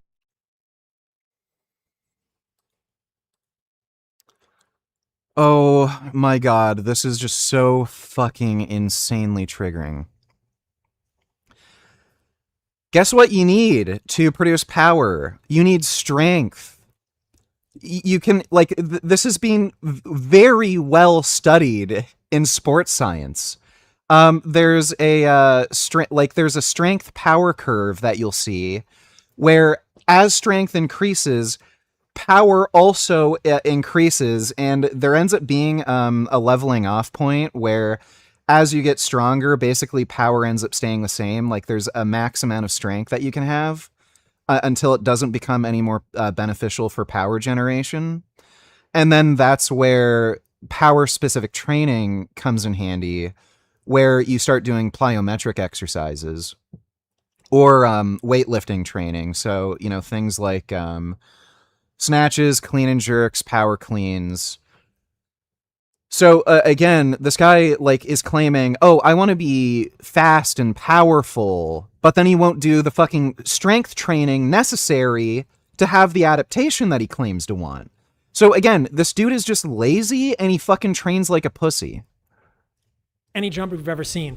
It's a Thai jump rope. So this is what they use in Muay Thai gyms. It's so hard because it's so thick. 3 minutes on this thing is gnarly. It'll get your shoulders burning. I want to start...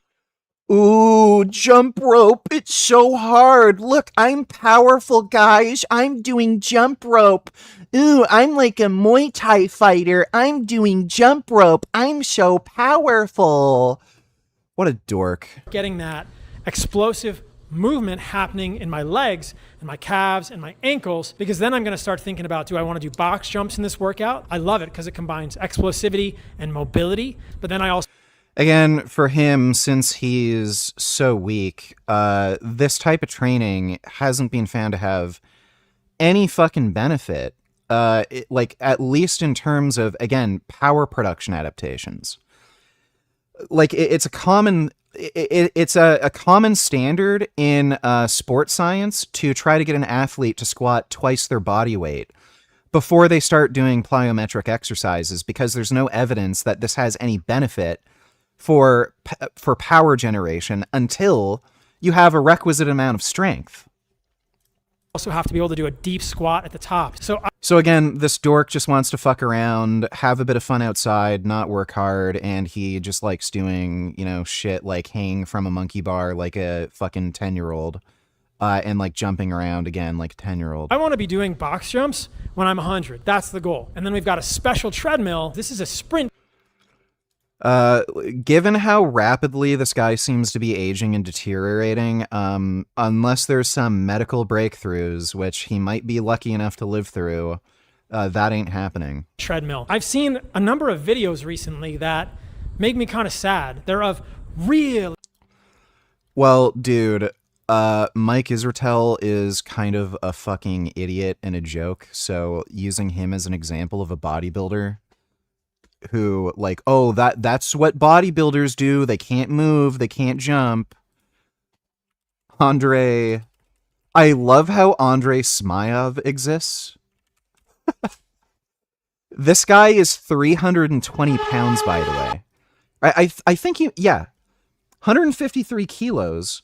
So what is that? 153 times 2.223, I think. He's 340 pounds. So here's a 340 pound dude, Andre Smayev. And he's doing pretty high fucking box jumps. I think he's jumping higher than Paul, in fact.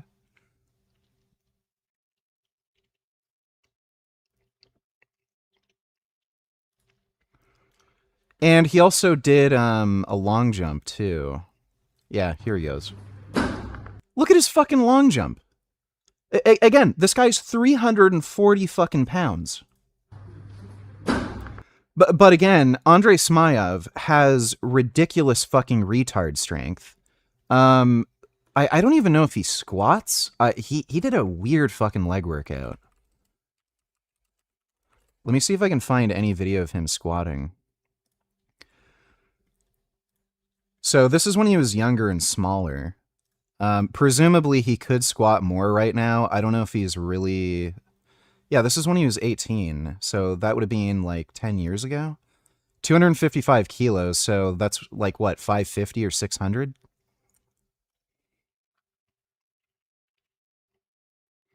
This is when he was 18.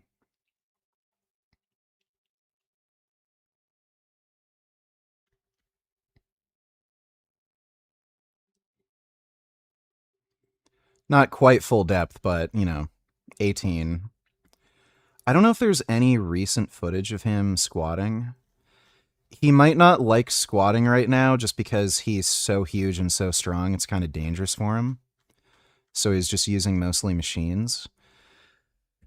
But there you go. A 340-pound dude does heavy weight training. Absolutely fucking ridiculously massive, and this guy absolutely mogs Paul when it comes to power production, being able to do a high jump, long jump. Like 3.2 meters. That's elite athlete level, and again, he's 340 fucking pounds. Make me kind of sad. They're of really, really jacked bodybuilders, and these guys. Like again. Why didn't he use Smayev as an example? Well, it's because he likes to cherry pick and be a fucking lying, like, just degenerate fucking weaselly asshole. So, yeah, no shit, Mike Israetel, the guy who eats like a fucking 7-year-old, whose parents don't love him, like, just eats the dumbest fucking shit all day, like protein Cheez-Its, Gatorade, protein bars, like, and he's... I don't even know if he's eating that, because even eating those stupid fucking foods, you wouldn't think somebody could get this fucking fat and have such a big bloated stomach. So he probably shows like what, like the shit foods he eats that he thinks is healthy. Kind of like when like a fat person says, oh, I'm trying to eat healthier now. I'm going to eat fish and chips rather than Burger King. But like, again, off camera, this guy's probably like guzzling down Ben & Jerry's or some shit because he can't help himself. And like people have made fun of his training too. He doesn't train all that well. So using Mike Israetel as an example of all people, when again, there are bodybuilders who do cross training, who do athletic shit like Andre Smayev, it would just debunk Paul's whole argument. That, oh, if you weight train, you're not going to be a good athlete. You're not going to be able to run. You're not going to be able to jump. So he needs to lie and cherry pick an example and show Mike Israetel being physically incompetent. Guys can't. When, again, there's jacked fucking bodybuilders who are like 4 times the size of fucking Paul, who do heavyweight training, who are just way more impressive athletes than him. Run. And you think, what's the point of having all that muscle if it prevents you from doing the things that are intrinsic to being a human? And I would argue that sprinting is intrinsic to being a human. So a lot. Oh, just like it's so tiring. Sometimes when I come to the gym, I'll do a couple of reps on the sprint treadmill. And what I'll do is I'll just max. He runs really weird. It's like a weird, I don't know. It out. I'll go as fast as I can, and then I'm going to take a break. Yeah, I think he like keeps his hands really low. That's what makes it look weird. The other thing I like for sprinting is the Echo bike. So these both really hurt. The Echo bike is going to get in my upper body and my lower body, and the sprint treadmill is going to be lower body. Most people train to get a body. I'm training to live my life. Those are most of the things that I may insert throughout the day or during my workout, but then I usually... I think you said he can't squat because of his shoulder mobility and because of how big he is. Okay. Yeah, like maybe at his gym he doesn't have a safety squat bar or something. Close my workout with some amount of martial arts stuff. I've got Bob over here that I like to do some boxing on. I like Bob because it's harder to hit the chin than it is to hit a punching bag. And then I will come over here. No. You like that because, again, it doesn't hurt and you don't have to try hard. To the punching bag, and it's harder to hit the chin than it is to hit a punching bag. Yeah, he really pushes his arms rather than like snapping at the shoulder and like using more leverage. Then I will come over here to the punching bag and work punches and kicks. The juxtaposition is noticeable. The punching bag is much easier to hit. This guy is like completely and utterly retarded. If you're using a punching bag, you're supposed to use gloves, and there's a couple reasons for that. One, it allows you to hit the bag harder, and the whole point of hitting the heavy bag is to train to generate more force and power into your punches. So if you have a bare hand, which is more prone to getting like injured, damaged, broken, buckling, because again, the bag is like a cylinder. So if you hit it at an awkward angle with a bare fist, you're more likely to have your wrist buckle. Whereas if you have a glove and you wrap your wrist, again, you can just go ham on the fucking bag as hard as you can, and you can get the adaptation you want from the fucking training. This guy is just a lazy fucking idiot who doesn't want to fucking train hard, so he doesn't wear gloves, he doesn't hit the bag hard, and he doesn't get the adaptation that he's claiming to fucking train for. Much harder to miss. The other thing that I don't recommend is that I like to train bare knuckle, and this might be horrible for me, but I haven't broken a hand yet. I always figure that in my life I'm probably never going to get in a boxing ring. I have great boxing gloves, but I rarely use them. They provide some extra weight, which could give me more cardio in the workout, but I like to train on the bag and on the box.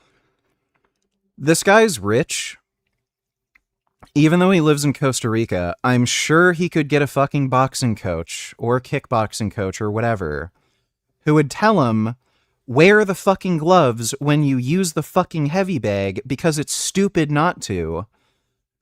But again, this guy doesn't have any fucking interest in actually getting better at anything. So yeah, he just, again, well, it's natural to use your bare fist. Cavemen fought with their bare fist, so I'll fight with my...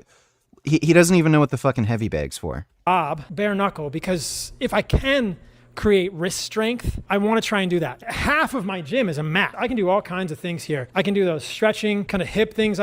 Like, again, this guy fundamentally does not understand what the heavy bag's for. I was showing you earlier, I showed you bridges. I can do deep squats. I can do lunges. I wanted a big space in my gym to move. That's probably the end of my workout, is once I've done those core sort of mobility. That's not a workout. That's it? Like, and strength things, looking at my weaknesses. I'm going to spend some time on the bag, working on techniques. I'm going to spend some time on Bob, working on... So again, I don't know how you're going to work on your striking technique if you don't have a fucking boxing coach and you know nothing about fucking boxing and all you're doing is fooling around like a little kid. So you can't work on technique if you don't have anybody to teach you technique. If you suck and you just keep doing something that sucks, you're just going to keep sucking. So, like, he's full of shit. On techniques, that's joyful for me. I like that. I like movement, and I like working on the martial arts. I'm not expert at it, but it feels good in my life to have some ability to defend myself and my family. When I was in medical school, I did a couple... Yeah, this guy is going to defend himself and his family. Let me pull up on you, Paul. Let's see how that fucking goes, right? Oh, I'm a bodybuilder. I just take steroids and lift weights. I can't fucking move. Yeah, let's see you defend your family against me, jackass. Being so broke and poor? Can you tell me? In what ways do you find yourself having to budget lately? We all know the $100 to $150 pre-tax you make per stream 4 to 6 times per week is not enough, especially after you just took a 14-day vacation. So... haven't really needed to budget at all. I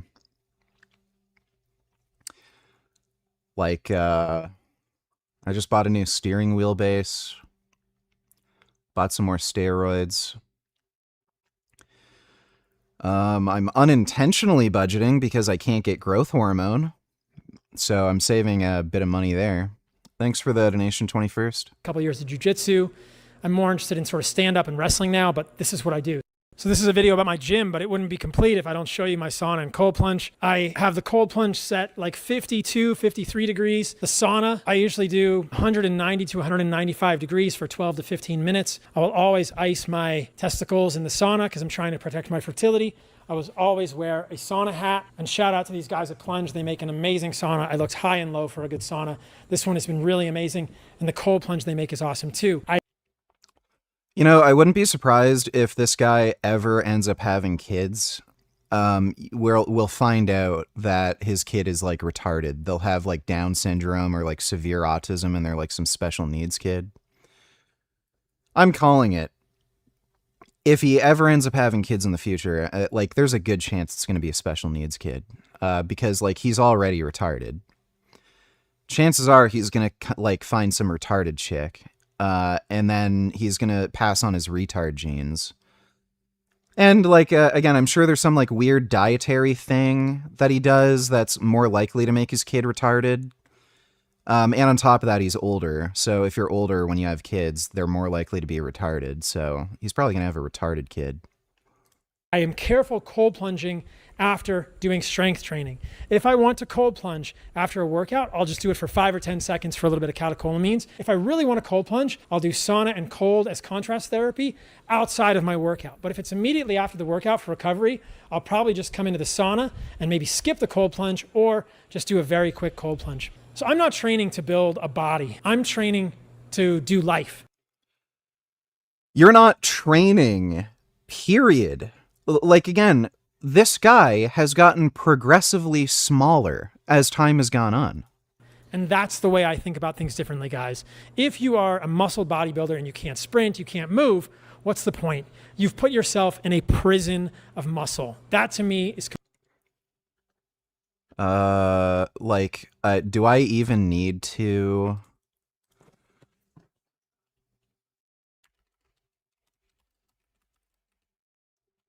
What's the thing, the combine?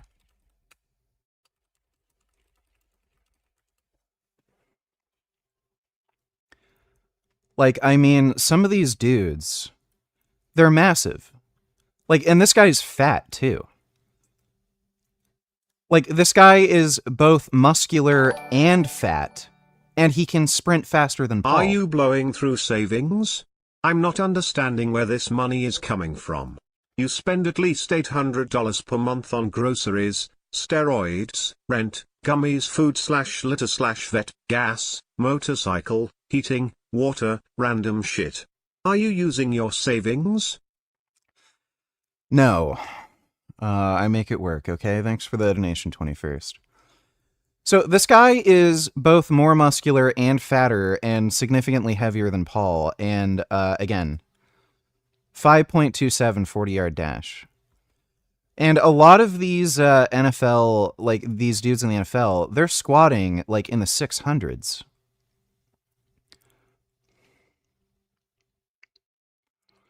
Like these are NFL linemen. And then like Paul's saying, oh, if you're big and strong, how could you sprint? Like I mean, the NFL combine exists. I guarantee you have less than $10,000 in the bank. And you have no long-term savings, no stocks, no retirement account, nothing at all. You're going to regret it not too long from now when you can't make money anymore and your retirement age. You're insane. That's nice. I don't know what money is gonna do for me when I'm fucking dead, so I don't really worry about that sort of shit too much. Like, yeah, I want to live comfortably while I'm living, but at the end of the day, we're all gonna fucking die, so, whoopee fucking diddly do. Like, I'm not retarded, I save my money and shit, but, like, again, we are gonna die at some point, and, doesn't matter how much money is in your bank account, when you're fucking dead, you're dead, you can't use that money, so. Thanks for the donation, 21st. Completely defeating the purpose. Maybe you don't want to do the same things in the world that I want to do. Maybe you don't want to surf and do martial arts or hike or climb rocks, but whatever you want to do. Paul does not do martial arts. He just fucks around on a heavy bag at his home gym. Your life, whether it's breakdance or track and field or yoga. I think lifting and strength training, gyms should be built to enable you to do more of those things. For me, gym is not life. Gym is how I make myself better. He doesn't do any, like, it's baffling. Like, he literally does nothing. Able to live life and do the things I want to do, but being in the world, moving in nature with friends, that for me is life. Hope you guys enjoy this video. Let me... Dude.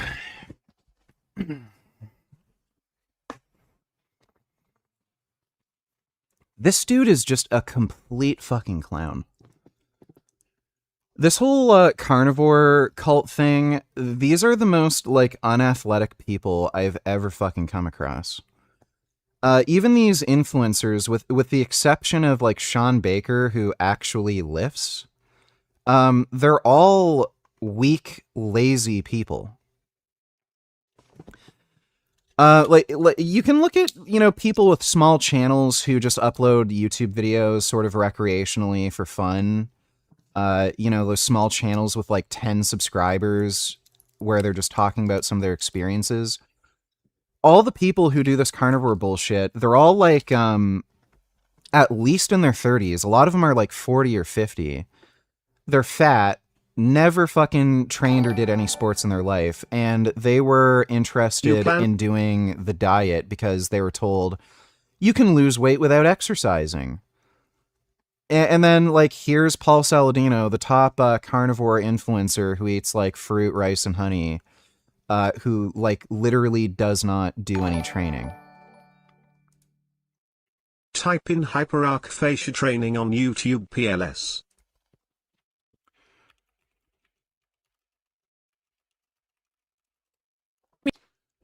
Alright, I'll take a look at that. Thanks for the donation, dude. You plan on being dead by retirement age in like 30 years? Okay, buddy. I think you have some mental incapacity to plan for the future. You've always been like this too. You're so lazy you stream for 2 hours a day and call it work. Typical black behavior. That's nice. Thanks for the donation, dude. What am I supposed to be looking at? Improve athletic performance from a fascia perspective. This is day 7 of teaching you a new HFT exercise every day for a week. Okay. This Asian guy's a retard. So, yeah, that's just hopping on the floor. And to just be... Yeah, let's watch some Frank Tufano. We got some new mints. Juji Mafu is jacked but has no problem moving. Oh yeah, I forgot about Juji too. Yeah, he does flips, tricking, all that shit. Oh, buddy. Like, again, Paul is just a fucking dork. Thanks for that donation, Tony Burke. 21st $22, you can still live comfortably just being a little more entrepreneurial, put a little money in stocks every month. Yeah, so that it disappears. What stocks are doing good right now? Like, yeah, I could put money into the S&P and shit. Because I'm Canadian, I'm kind of restricted a bit from investing in American stocks. But, like, Canadian stock market, I'm not so sure. The index funds here are so fucking unreliable because the fucking liberal government basically created monopolies where there's only like 4 companies, and any one of them, if they end up losing, basically like your whole portfolio goes down. So I don't know. I'll get more into stocks and investing later, but I'm starting to more seriously consider moving to the United States. Like, if the liberal government wins another fucking election, or like especially the next 2, like, yeah, I'm probably just fucking gone. Thanks for the donation, 21st. So I was looking forward to this procedure to... Oh wait, we already saw that. Yeah, the fraud guys. Why do you all like tall guys? I don't know. Oh, she knows. She just won't say it. It's because it turns her coochie into a waterfall. Her panties are soaking wet. They are glistening with slime. That is why she likes tall dudes.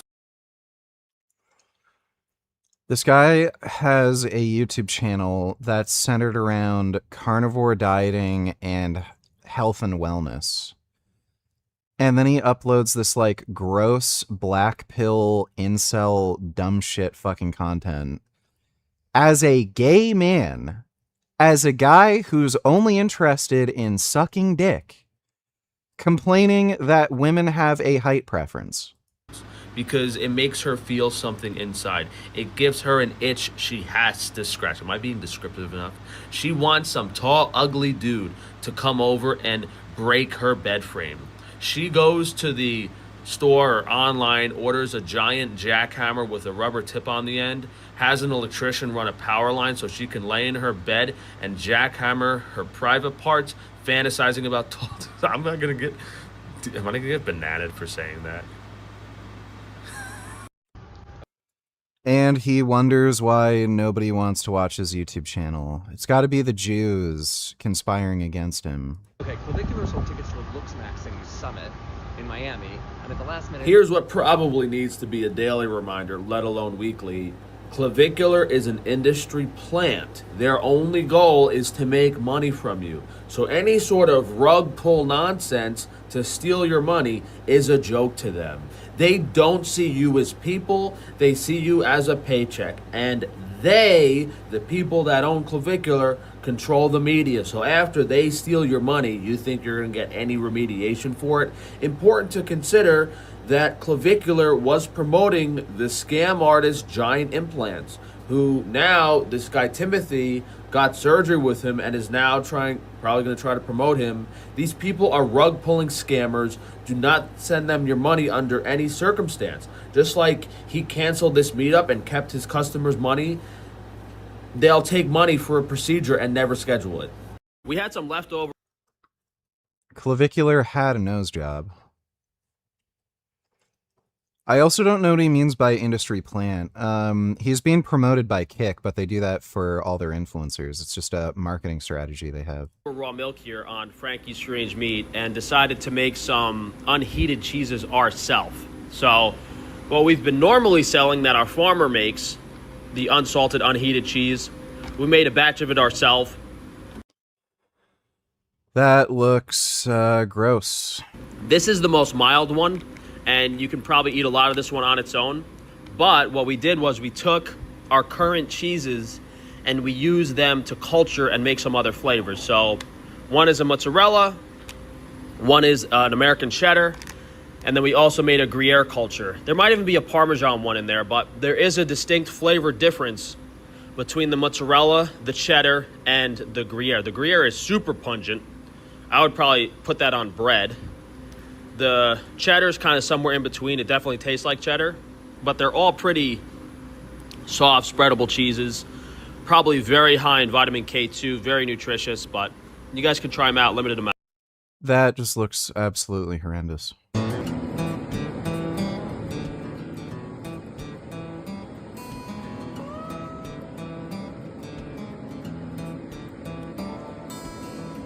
Gross.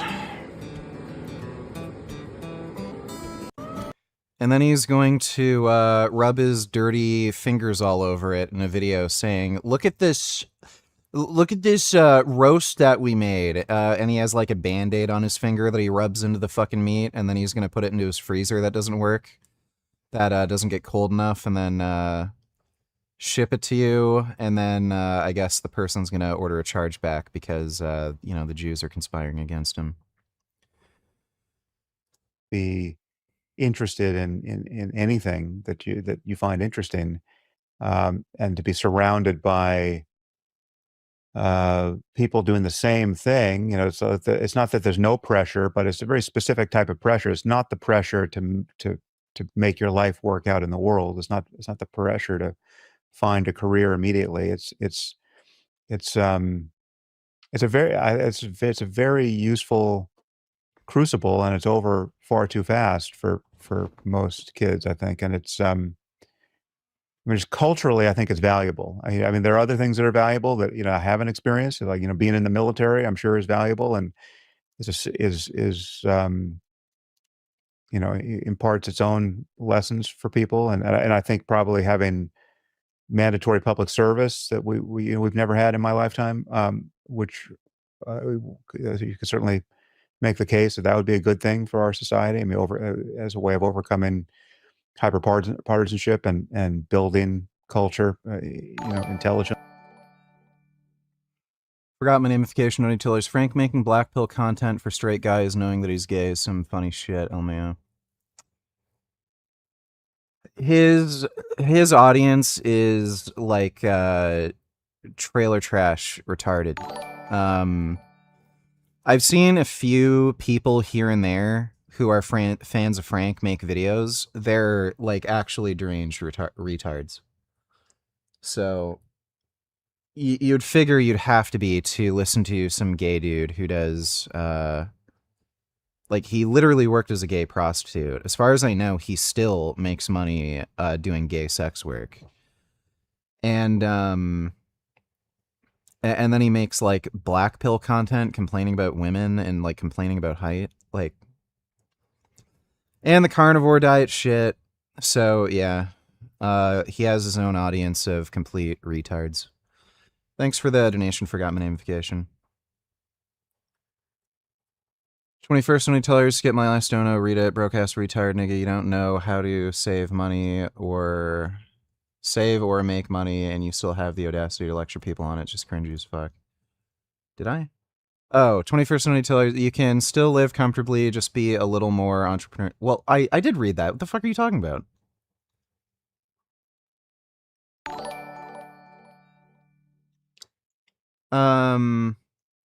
Oh wait, did I only read the first part and I got distracted?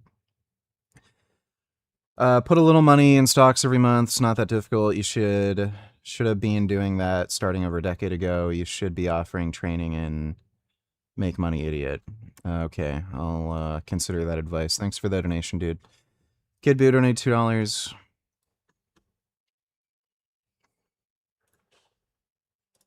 We don't want to be Muslims, and we also do not want our children to be Muslims. And whenever somebody says something to me like, well, we got some good Muslims within us, so please don't bring your Christianity to us.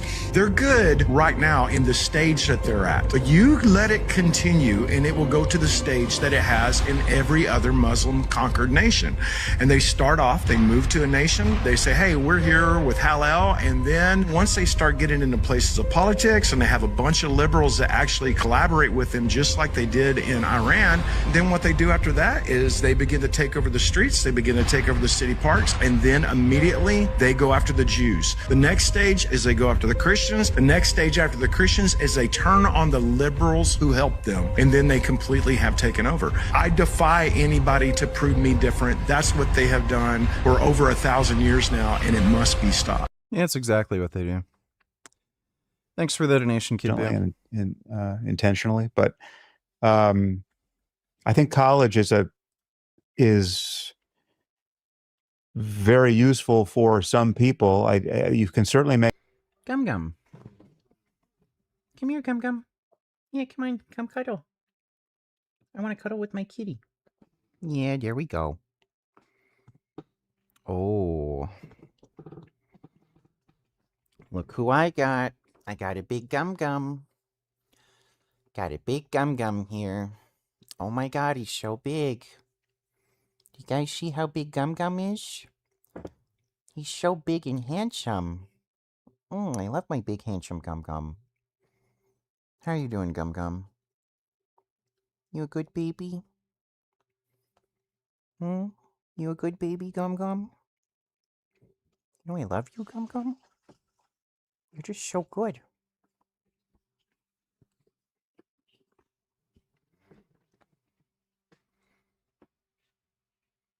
No.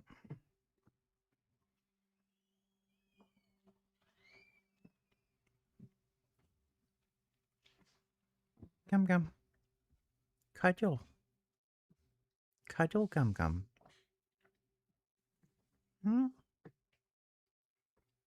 Cuddle, Gum Gum. Come cuddle. Yeah, that's good.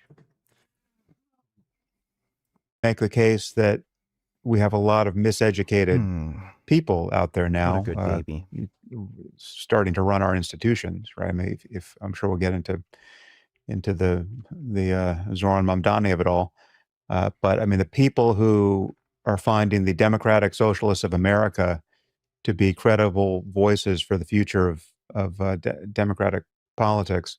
I mean, all of that's frankly terrifying, and it is, perfectly correlated with being a miseducated dummy coming out of a school like Columbia, right? So it's like it's possible for the whole college experience to sum to something that's truly embarrassing intellectually and morally, but in the general case, I just don't think that's the outcome, and it shouldn't be. And we can certainly guard against it. And I think it's, I think we will. If not college, I do think we want a stage in life that's, it's there's a kind of a monastic immersion in the good parts of culture for people. I think that's good. So I wasn't planning to bring up Mamdani, but do you want to get into that now? Share any Well, thoughts about it? I mean, there was just this recent, phenomenon of him getting behind, I think, 3 congressional candidates, successfully, and these are DSA lunatics. I mean, and to call them lunatics really isn't an exaggeration of the kinds of policies that they have, gleefully endorsed. Not criticizing Hamas, declining to criticize Hamas, saying that there should be no police officers or prisons, ever, anywhere. I mean, it's just this is not how democratic politics is going to survive. I don't know who the Republican candidate will be in 2028, but if anything like this is a groundswell, I mean, the kind of the Hassan Piker idiocy of the far left, if mainstream Democratic politicians feel like they have to play nice with this phenomenon and can't sister soldier it, it's just going to be a disaster. Well, that's why I was hopeful for a voice like Rahm Emanuel. I think he, well, that would be good to have him Yeah. castigating this. Yeah. The inability for people to say anything negative about Hamas sounds very similar to the all those Republicans at every hearing when they ask if you see those great clips when they ask what's the president did the president win election? 2020 election, and none of them, what do you mean by the election? Each person is just incredibly frustrating to watch those clips. So that is my fear, is that some crazy construal of the Israeli situation, whether you summarize it as Israel's guilty of genocide, or I don't know how you capture it in a sentence, but there'll be some loyalty test of that sort against which the Democrats will filter in 2028, and it'll be it won't be good. Yeah, Democrats are just getting swallowed by these fucking crazy progressive commies.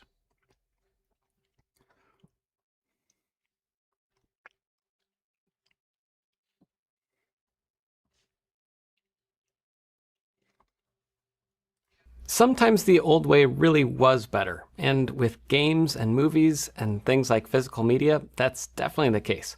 Sony It's called piracy, dumbass. just announced that all Studio Canal movies are going off of their Sony PlayStation Store service, and they're just going to take them out of people's libraries, even though when they bought them that said purchase movie. When you purchase something, you typically take ownership of it, and when you had DVDs and Blu-rays, when you did that, you actually had the disc, and I still... That's not even true. These dumb discs have copy protection on them, and sometimes the copy protection is so broken that they won't play on all DVD or Blu-ray players. And it's a very common problem with the copy protection on these discs to not be able to run them on a PC. So that's not true. This guy is like a just complete dumbass, and discs degenerate over time. They do just wear out over time, even if you store them properly.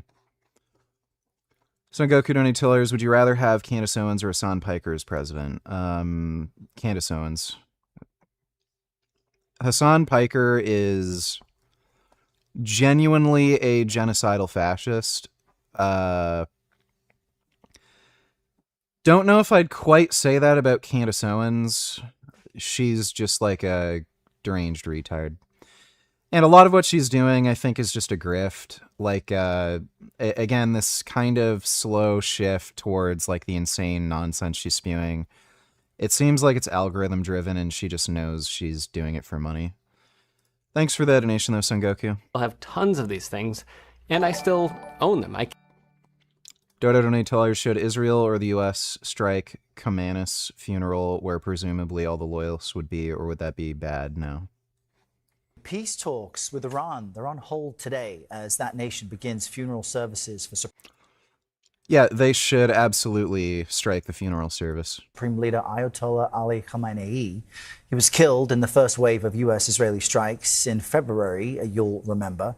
Former Assistant Secretary for Counterterrorism at the Department, and reportedly a powerful general who leads Iran's Revolutionary Guard, emerged from hiding and said some inflammatory things about enemies of Iran who will die soon. I'm just paraphrasing. And that's likely to be expected now and over the next few days. But what do you make of this specific threat from the Revolutionary Guard general? And how is the U.S. kind of using this as an intel opportunity?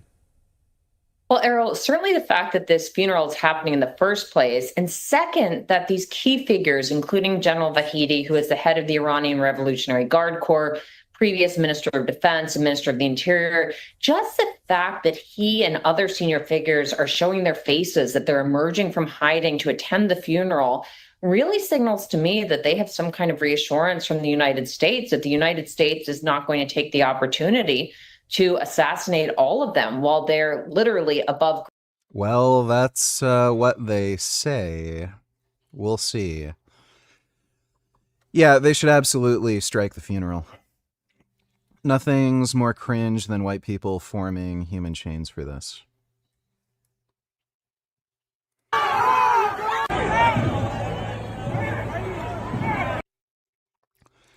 Sydney, Australian police kicked out a group of Muslims who had taken over and blocked a street to pray. Public streets are not mosques. Oh my God, dude. And there's all the fat liberal college women coming to their defense. Gummy, what are you doing? Oh my God, you're like a monkey. No, get down. It's ruining my racing chair.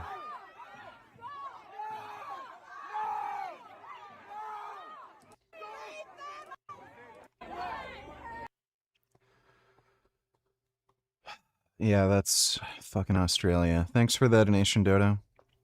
I can't distribute them myself. I can't send them up to other people. That's not part of the agreement that I have in terms of copyright and ownership. But I can play them however I want. I can rip them into my server and store them on my NAS. I can play them back on my TV. I can play them back on my iPad. You can do that same thing if you just pirate it. And the company can't control my use of it like that. But yes, that's why you pirate things. When you like again, this guy is such a dumbass. Again, these fucking DVDs and Blu-rays have copy protection, where the majority of them will not play on a PC, and you need to use special fucking software and shit to be able to even download them on your fucking computer. So why wouldn't you just pirate it in the first place, rather than pay some dumbass fucking company who's just going to try to inconvenience you and not let you play your fucking media however you want? Like, it's stupid. What's the fucking point of the disc in the first place? Sego donated $2. I agree with everything you said about Frank, but Didn't you literally shove dildos up your ass in OnlyFans? Yeah, that's not because I was gay. It's because I needed to make money. What's the difference between you and him? I'm not gay and I don't suck dick. Isn't that a gay prostitute? Not trying to be mean, but what's the logical distinction between the two? What do you think gay is? Like, there are straight dudes who like putting things up their butts. There are dudes who like to get pegged by women. That just feels good to them. Doesn't mean you're gay. Do you like homosexuality is being attracted to men? I'm not attracted to men. Thanks for the donation, dude. You buy it, even though you're not really buying it, even though it says you're buying it. When you buy it on the PlayStation Store or from Apple or from Amazon or from YouTube or any of these organizations, you're not really buying the movie in the same way. You're just kind of like buying access to it. Yes, that's why you pirate content, dumbass. For some period of time, which may be a day, maybe a month, maybe a year, maybe a decade, I don't know. But it's kind of ridiculous because you're paying more for it than a rental. And they do have rentals and purchases, but you're not really buying it in any sense. And it gets worse because Sony just announced that I think in 2027, they're going to stop producing discs for their games, meaning you can buy a boxed game like Grand Theft Auto 6 or something like that, and you're just going to get a digital access code. Yeah, why do you think they're doing that for GTA 6? Chances are the file size is too large. So. Meaning, and this is without talking about like stop killing games, meaning you're buying something, you're purchasing it for 70, 80, 90, $100 or. Everyone check out this shop and buy from her.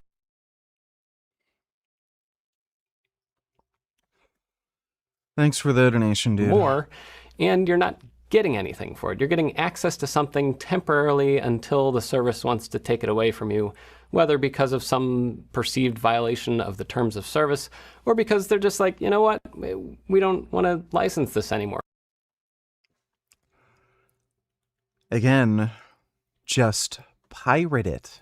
Or we don't want to pay whatever a month that they're paying to these companies for access to their video libraries, which is ridiculous. So again, if buying isn't owning, then yeah, just steal it.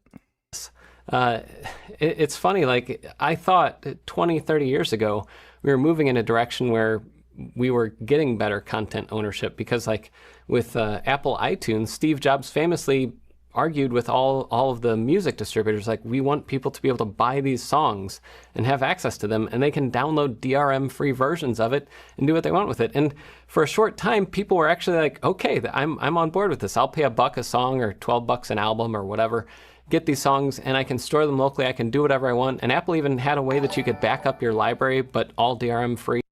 Lol, did I scare you? Did you think I linked your ex's shop? She does need money to pay for Jake's vet bills. You know, the family you abandoned? She doesn't need that anymore. Thanks for the donation, dude.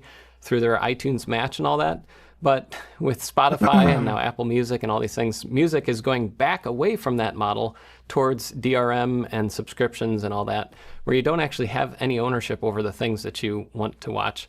And there's always this argument of, you know, a movie is $20 or $15 or $25 or $30 or whatever, and it's so much cheaper just to have access to Netflix or something. But now we've seen that breaks up too. Now we have Netflix and Paramount Plus and Peacock and Apple TV Plus, and I don't even have to get into all these different things. I think there's Prime and HBO Max or Plus or whatever that is. There's so many services now that if you wanted to have access to all the movies that you used to have access to just like at a Blockbuster, you're going to have to pay like $800 a month. So don't tell me that paying $30 for a movie one time a month when you want to have ownership over it and watch it as many times as you want, with as many people as you want, however you want. Don't tell me that those things are equivalent, because they're not. And if the streaming stuff works for you, that's fine. I'm not saying that you're a bad person or anything. I'm just saying that when you have words like buy or purchase or ownership, those things mean something. And when people can just take away the things that you bought, that's kind of like somebody coming into my studio here and saying, you know what, that tool up there that you bought, we don't think that. YouTube age restricted this stream.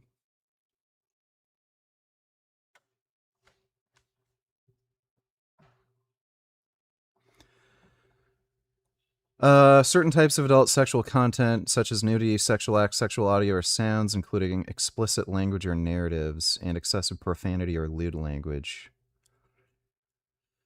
Oh, you know what? It might have been the Frank Tufano video. Dude, what the fuck? Okay, the AI bot on YouTube's getting pretty fucking weird. That you should be able to solder anymore. So we're going to take the soldering iron that's right up here.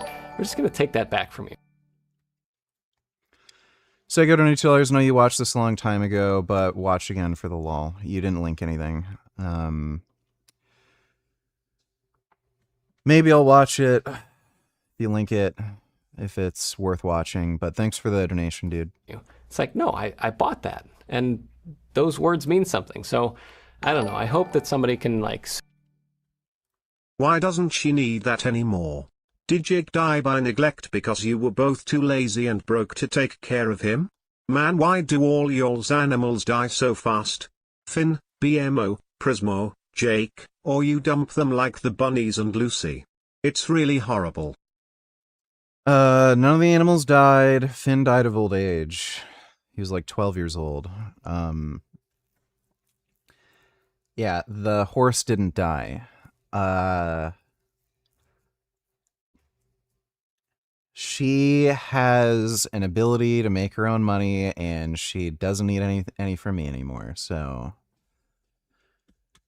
that's all you need to know. Thanks for the donation, dude. Please watch.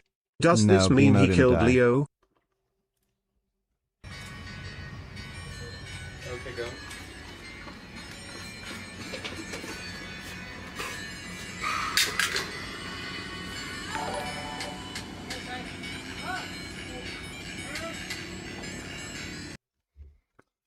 No.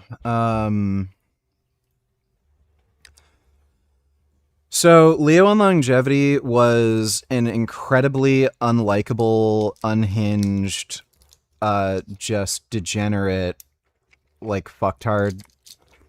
Nobody in his friend group liked him anymore.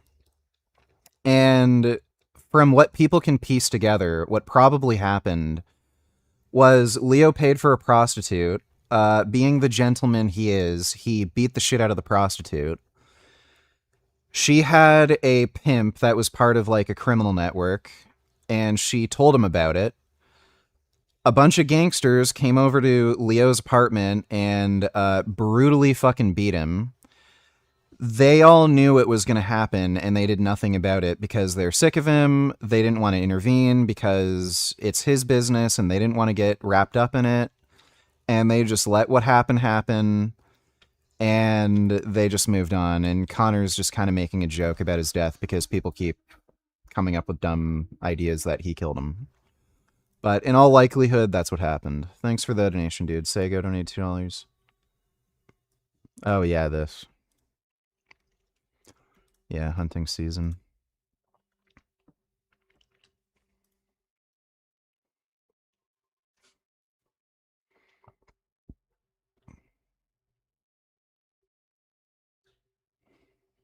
We made fun of gay clubs and people who hooked up all the time.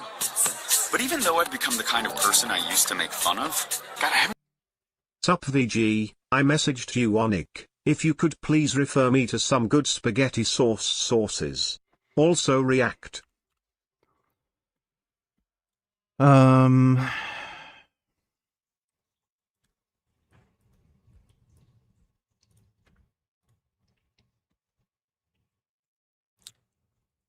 Okay, I can do that for you.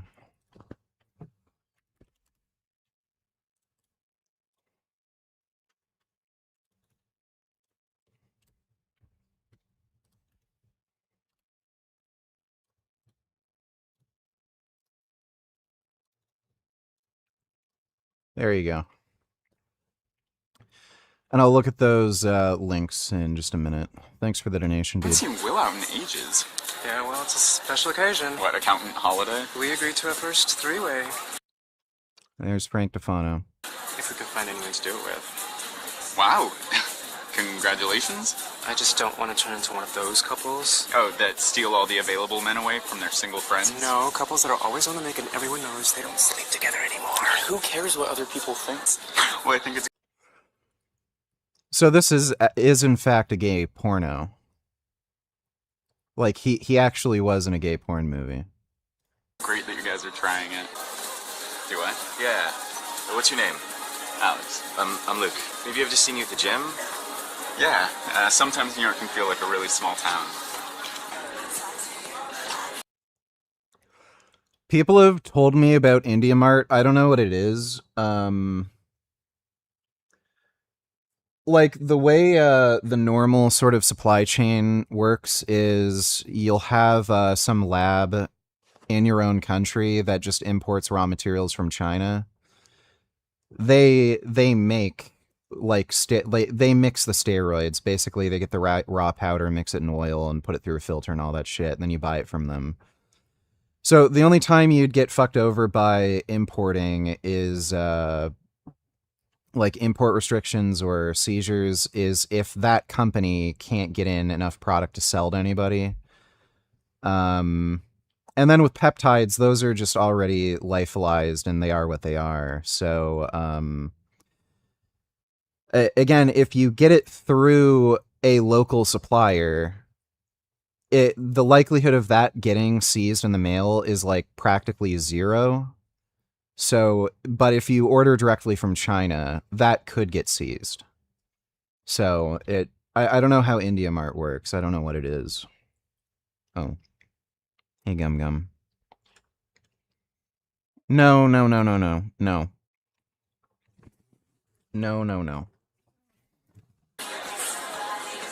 Sorry, I'm not really good at this.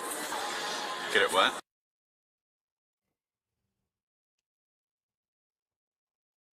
I wanted to thank you for being such a good boyfriend. You were my first experience with the guy. And if we were still together, I wouldn't want to let you go. I feel like I was the reason we broke up. And I was awful because I was always ignoring you. You were fine. I was too immature. I didn't know how to act. No, listen, I don't blame you. Really? Yeah. Yes. You were my first love too, you know? It's been a mental block to me for years. I never realized how terrible I was. Louis, don't say that. I'm so sorry. You were so great to me. And I didn't know how to treat you. Listen, I don't blame you, alright? I promise. I was thinking we could get back together. But you were about to graduate, so... The most important thing is, you know, we learn from it. We move on. I know we can't get back together. And I hope you can find love soon. I'm sorry, I gotta go to class. Wait. Yeah, he tried to do acting. She played a big part in making you who you are on YouTube today, Toe. And if she weren't around, you probably would have offed yourself. To say that she doesn't deserve anything from you anymore to take care of the animals you both adopted together is wrong. That's nice. Thanks for the donation, dude.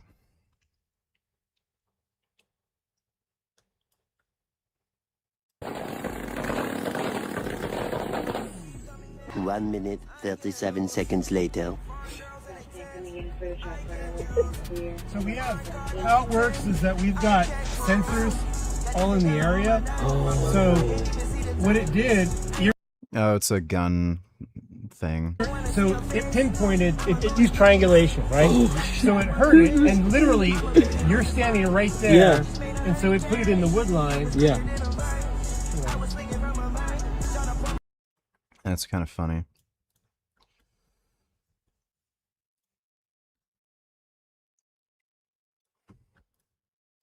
Who were very angry with me, come back to me 3 years later, said, please teach me how to eat right. My doctor says I'm I've had a lot of vegans who were very angry with me come back to me 3 years later and said, please teach me how to eat right. My doctor says I'm dying.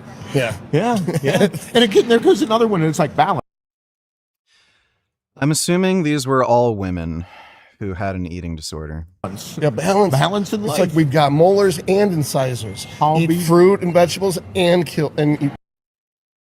Dude, this is like... He's willing to do another like podcast thing with me where we talk about vegan nutrition for bodybuilding and shit. I'll be darned. I know. It's like we were We've designed got this way. white fibers and red fibers. You do low reps and high reps. Yeah. It's almost like we were engineered correctly, and we just have to use the body the way it was intended. And then you'll see people that are just absolutely phenomenal at something, and you don't have to compare yourself to it sometimes. You might just appreciate it. Exactly. Not everything's about jealousy. Some things are about... Yeah, he has some bad takes. Thanks for the donation, dude. Does Isaac ever clean Gummy's litter? He has. When I was away in Australia, he did that for me. Frank is fucking gay. He is. Thanks for the donation, dude. Sue Sony for this and get some recompense, because you can't buy things from someone and then have them just remove them from your library. And part of the problem with that is when you buy a thing and you don't have actual ownership or control over it, like in the Sony store where it's all DRM protected, you can't back it up. You can't have it on any other device. It's all tied to your Sony account. And that's also why I don't recommend people buy things from any of these other stores that are online only and require DRM. Anyway. Discs have DRM. Like it doesn't make any sense. Like people are talking about like, oh, if you buy the disc, you own it. In all likelihood, the disc will last longer than the console itself. So, like, this is proprietary software that's meant to run on a specific system. You can't take a PlayStation 5 game and then run it on a PC or any other, like, console or whatever you choose. So you have to have that stupid, dumb proprietary device that has that weird DRM lock-in thing. So what good does it do to just buy the disc? The console eventually is going to break down, not work. You're not going to be able to get replacement parts for it eventually. So, like, it's just stupid. The problem fundamentally is DRM and having things locked down to, like, particular systems. That's why with PC gaming, again, you don't really have that issue. Like, you can end up running into weird things, like there's different operating systems certain things will run on, but again, like there's emulation and shit for that too. So the fundamental problem is DRM, not this dumb fucking shit. Rossman just made a video about it. Hey everybody, how's it going? Hope you're having a lovely day. Welcome to today's episode of How You're Getting Fucked. I'm your host, Louis Rossman, and today we're going to be talking about Sony discontinuing the idea of having physical media for your games and why I don't care. This eye looks darker than that eye. Many of you may be thinking, Louis, why don't you care about this? Don't you care about ownership? I can't believe you said that you don't care that Sony is not giving you a physical copy of your game anymore. Honestly, couldn't give a fuck. Completely irrelevant, in my opinion, and I'm going to show you why.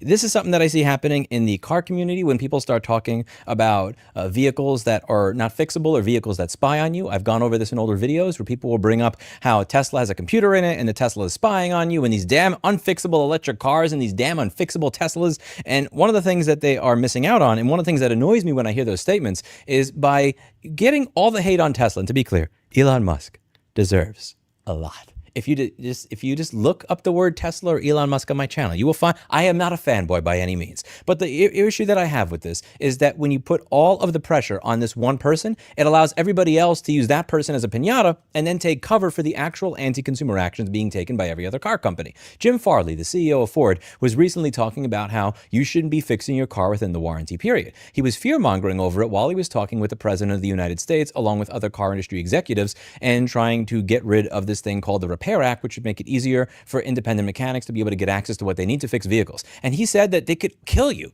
It could kill you if you fix a modern car. Now, he was not talking about a Tesla Model 3, nor was he talking about the Ford Mach-E, which is one of their models of electric car. He was talking about the Bronco, which is an internal combustion engine car. So when people in my comments start going back and forth about how electric cars are horrible and Tesla's horrible and all this other stuff, I'm not saying that there aren't stupid shit with electric cars. I'm not saying there's not a lot of problems with it, but you're giving cover to traditional automakers that make internal combustion engine vehicles primarily to be able to do the same shit. When General Motors introduced technology that was spying on everybody in their cars, they were doing it on both their gasoline cars and their electric cars. And because they were in Tesla, it wasn't really getting noticed as much. When Ford says that you shouldn't be able to fix your car, this is only now starting to become something that is going mainstream because people are focusing on the wrong thing.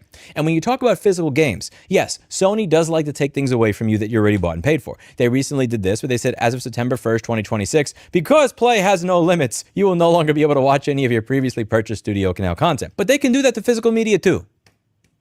Exhibit A. The Crew, the game that started the Stop Killing Games movement. That's a physical disc.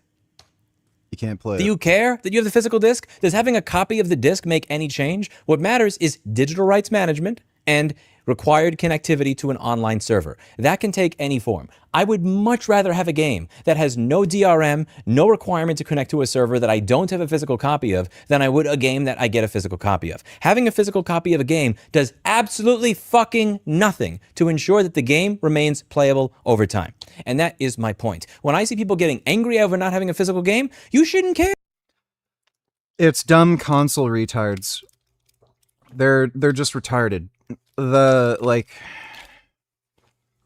Yeah, like again, a disc won't do anything for you if there's DRM on it. There, you should be able to download your game that you get the code to and burn it to a DVD or a Blu-ray disc if you want, or play it off of your hard drive. You should be fine having an only digital copy of your game. You should be excited that you have a digital only copy of your game. The problem is not the fact that you don't have a physical copy of it anymore. The problem is that they come with digital rights management that does not allow you to do what you want with what you bought and paid for. And the other problem with it is that it requires connectivity to an online server in order to work. As long as the product requires connectivity to an online server in order to work, whether it came in the form of a DVD, a cartridge, a Blu-ray, a kitty, if BlackBerry required a connection to a cloud server in order to work, That's a really nice kitty. BlackBerry came with digital rights management, she would not be my kitty and I would not be her human.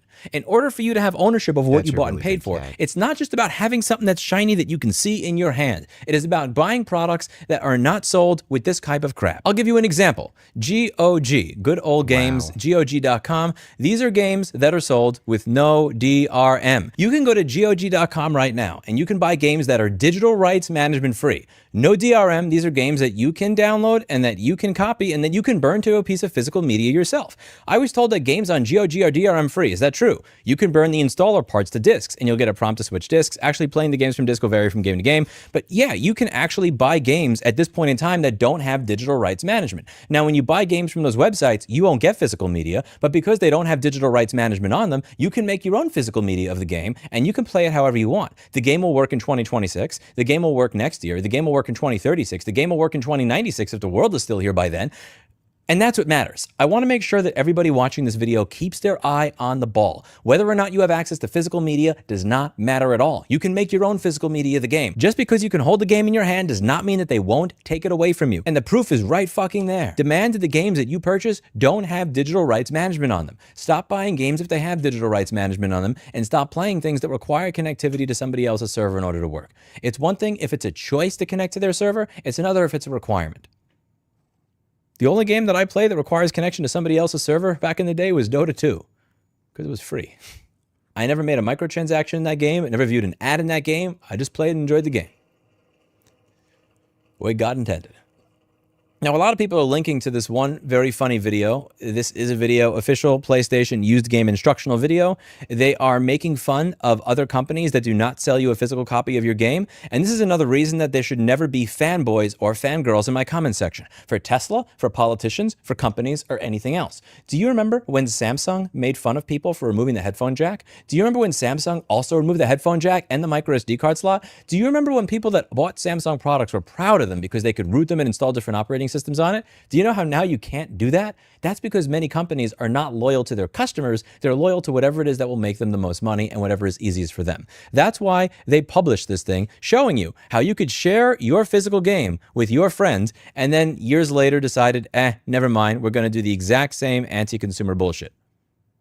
Wow, this is a really shitty commercial. These companies are more than happy to brag about something right now and then a few years later just turn around and do the exact same thing as the people that they were bashing. This video has 20 million views, and I imagine that many of its views have been within the last 1 to 2 weeks since this garbage has been announced. Please keep your eye on the ball. Please make sure you're asking for the right thing, and please, above all, never be a fanboy to a dumb console babies being dumb console babies. It's just what they do. Son Goku donated $2 to quote Kui fallacy. That had nothing to do with the two quote Kui fallacy. Thanks for the donation though, Son Goku. Jesus. Holy mother of a fuck. Billy Gunn at 62. Holy shit. Bro, what is this guy doing? Is there any videos of this guy? I always see Mike O'Hearn. He's there every day.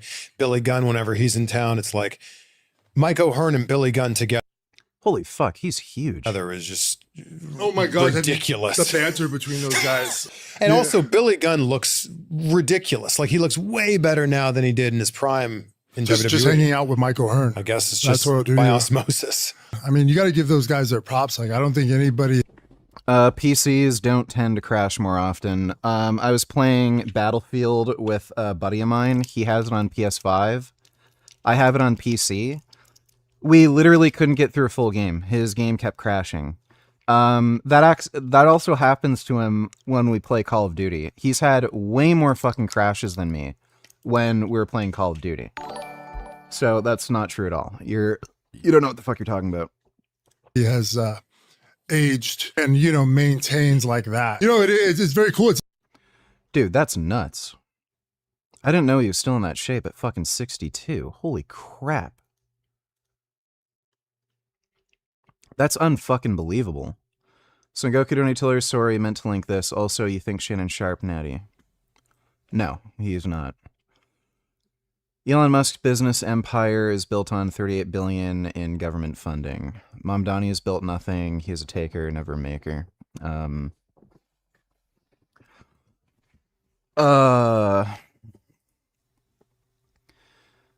That's not a two quote Kui fallacy. That's just him pointing out his hypocrisy. Thanks for the donation, dude. But yeah, Shannon Sharp ain't natty. Yeah, that is crazy. Off the chart. Yeah, we gotta fucking grind some Battletoads.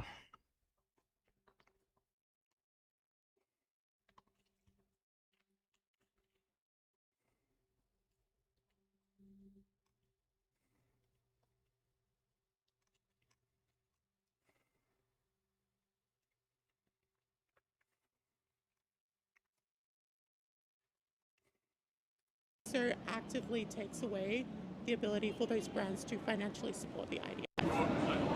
Right. So I think that it's kind of adjacent to accelerationism, which isn't really a belief that I entirely support, but I think taking away the financial means for an institution to support itself in exploiting anything is a really great idea. Even if that includes stealing like things that include animal products or animal use. Absolutely, because I think I will say that when something's stolen, let's say from a supermarket like Coles, talking to a fucking I believe Connie? have to pay for it to be replaced. So I think it's actually still funds that, if you know what I mean. Is that right, Jack? You said it. Still supply and demand. They have to put it back on the shelf. Yeah. So I'd be careful about that because you could be indirectly be giving money to these companies that you're against, even by stealing, because then the shop that you stole from has to pay for it to be replaced, if that makes sense. So maybe look into She's that. talking to a Hassan Yeah, Piker okay. Kami. That's an interesting, yeah. Yeah, just be careful because obviously we don't want to be funding any form of exploitation, right? Even if, Yeah, that's if you think definitely stealing true. is a good thing, well, I would say, yeah, potentially the money's still going to that very company that you disagree with. Yeah. Cool. All right, thank you so much. Have a lovely weekend. Thanks. Hello, how are you? How are you? I've met you before in Melbourne. Yeah, you look familiar. Yeah, how long ago was it? Maybe 10 years ago, 8 years ago. Yeah, I okay, did a brief interview of you. Yeah, and okay. This is Jack, right? Yeah. Yeah, I've was seen it at the was it at the environment? I don't know. It was just Maybe a climate change. Yeah, something thing. like that. Yeah. Yeah. Okay. Yeah. Great. I just see your videos all the time. You kept on getting mentioned.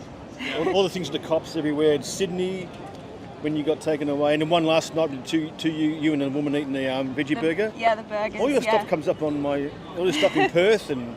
Oh, amazing. Oh, right. Do you still live there? Yes. Yeah. Still Right. from Perth. We're just travelling over here at the moment. Cool. Yeah. Yeah. Should I do an interview with you? A brief one? Yeah, absolutely. Yeah. That's fine. Yeah, go for it. Yeah, just something about along the lines of you being in Melbourne, I guess. Yeah. So okay. I'll say,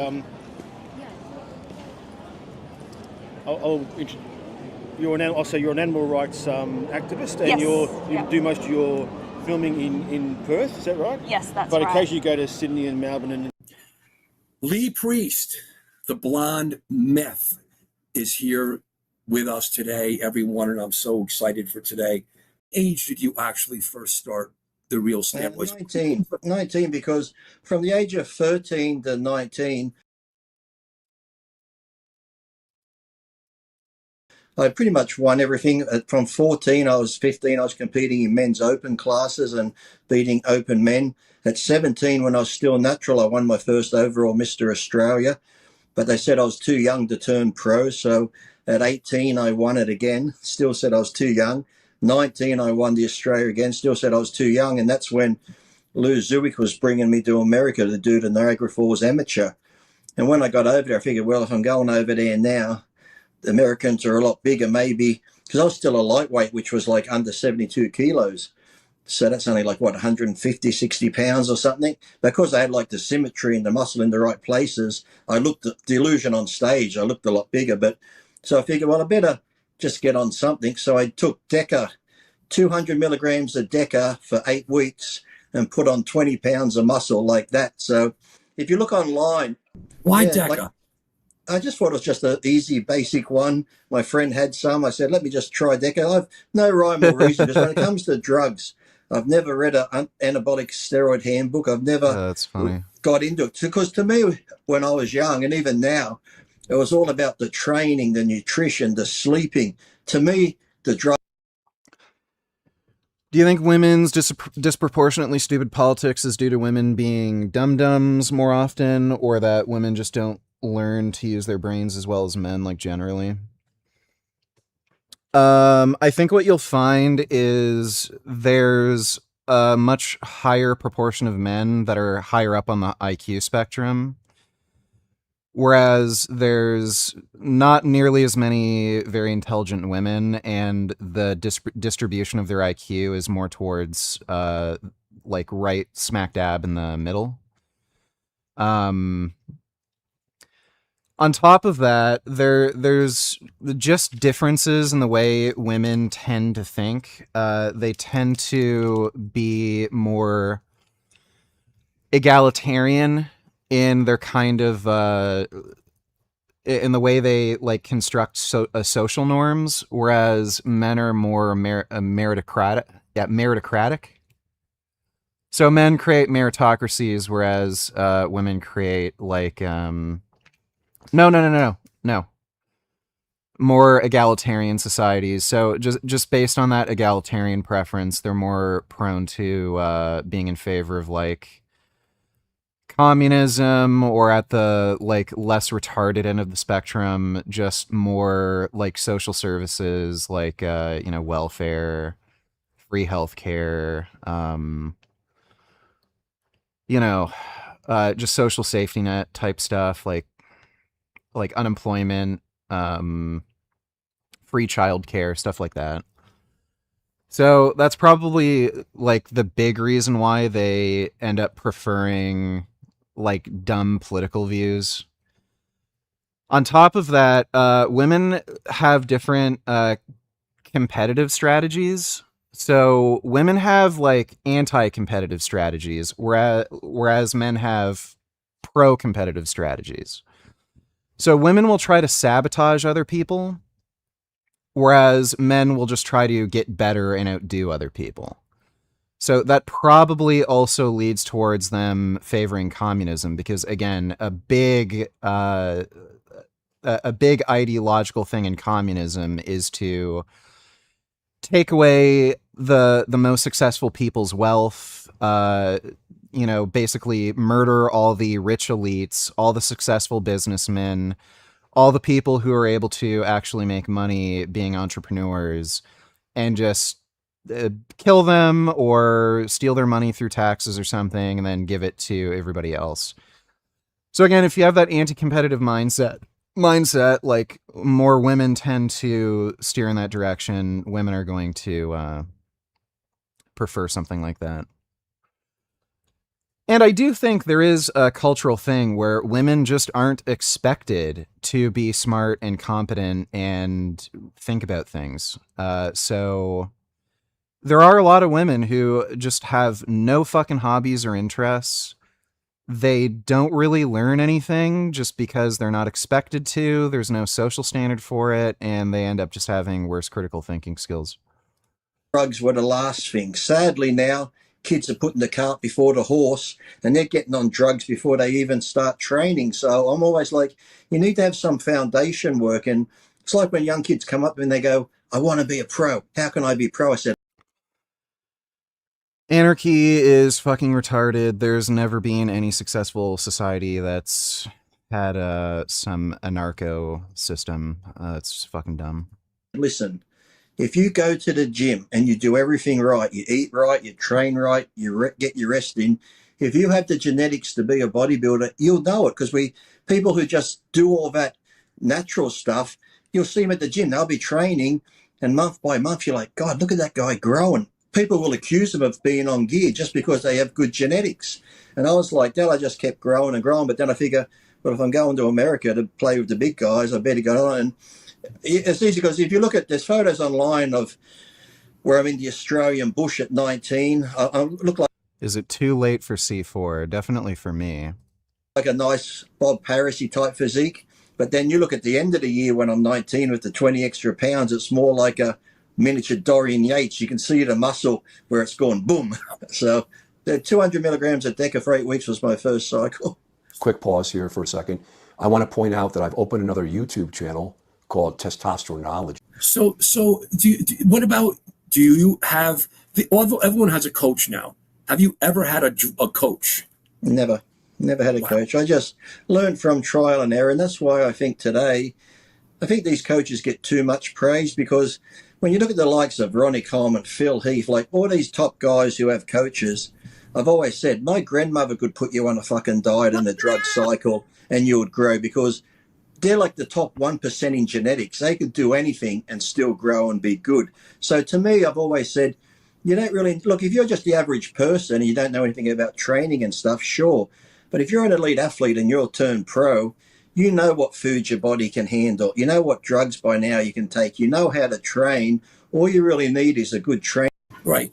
How about this, Lee? What do you think today would be a safe regimen of steroids? Understanding that if you start steroids and you're young, the number one risk is, forget the steroids and the health consequences. You're going to get shut down, and you're going to have to potentially, most likely, live on testosterone the rest of your life, right? Anabolic steroid-induced hypogonadism. Lee is aware of that, and with or without PCT. So what do you think is the safest regimen of steroids? Go back. Well, to me, I've always said, look, I've always used, not abused. And like I said, the most I ever took with Cypionate was 400. Yes, I've talked about before when I went to 800 because someone advised Lee, take more, you might get bigger. And I felt like shit, so I went back to 400. So to me, when I was taking 400, I thought that was safe. But to me, I even think to myself, is 400 safe? Maybe that's too much for my body. Who knows? But compared to what I heard other people, I do seminars in the UK. I'm going there in January. But when I was last over there, I'd do seminars. And I'd ask them, because they'd always ask me what I'm taking. And I'd tell them the truth, 400, Cypionate.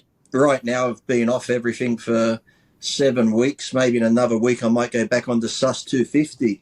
And with SUS 250, I take 1 mil every 8 or 9 days, or when I remember to take it. That's all I've been taking it, and I feel great just taking that. So, but when I tell young kids this, they look at me like, he's lying. And then I say, what are you taking? And it ranged, no joke, from these young kids from anywhere from 2 grams to 5 grams a test a week. I'm like, where the fuck? I don't even know how you can tolerate that. I went up to 600 milligrams per week recently, and that was just too much for me. I don't know how like a 15-year-old is taking that much. Are you getting that from? Or such and such online says it. So in their mind, I can see they're thinking, Lee says he only takes 400. I'm taking 2,000. I don't look like him, so he's got to be taking more than me. I'm like, it doesn't work that way, people. It doesn't work that way. I said, if you're taking 2,000 milligrams a week, I said, the only one who's going to benefit is the guy you're buying it off, because he's going to become rich from you wasting your money. Lee, where do they and I always put tell you the young kids, and I always tell the young kids, I said, listen, if you're taking 2,000 and all this shit, I said, just do me a favor, just once. Come off everything. Come off for a couple of months. Oh. Oh. Is that a catnip ball? Come here, it's catnip. Months. Go back on, but only use a small amount and see how you go. I said, what do you think you got to lose? You know, I said, if it works, it works. Then you know it works. You don't need 2,000. If 500 works, stay at 500. Okay, I'm gonna have to put my bowl away. Gummy's trying to fucking lick the teriyaki sauce out of my bowl. I'll be right back.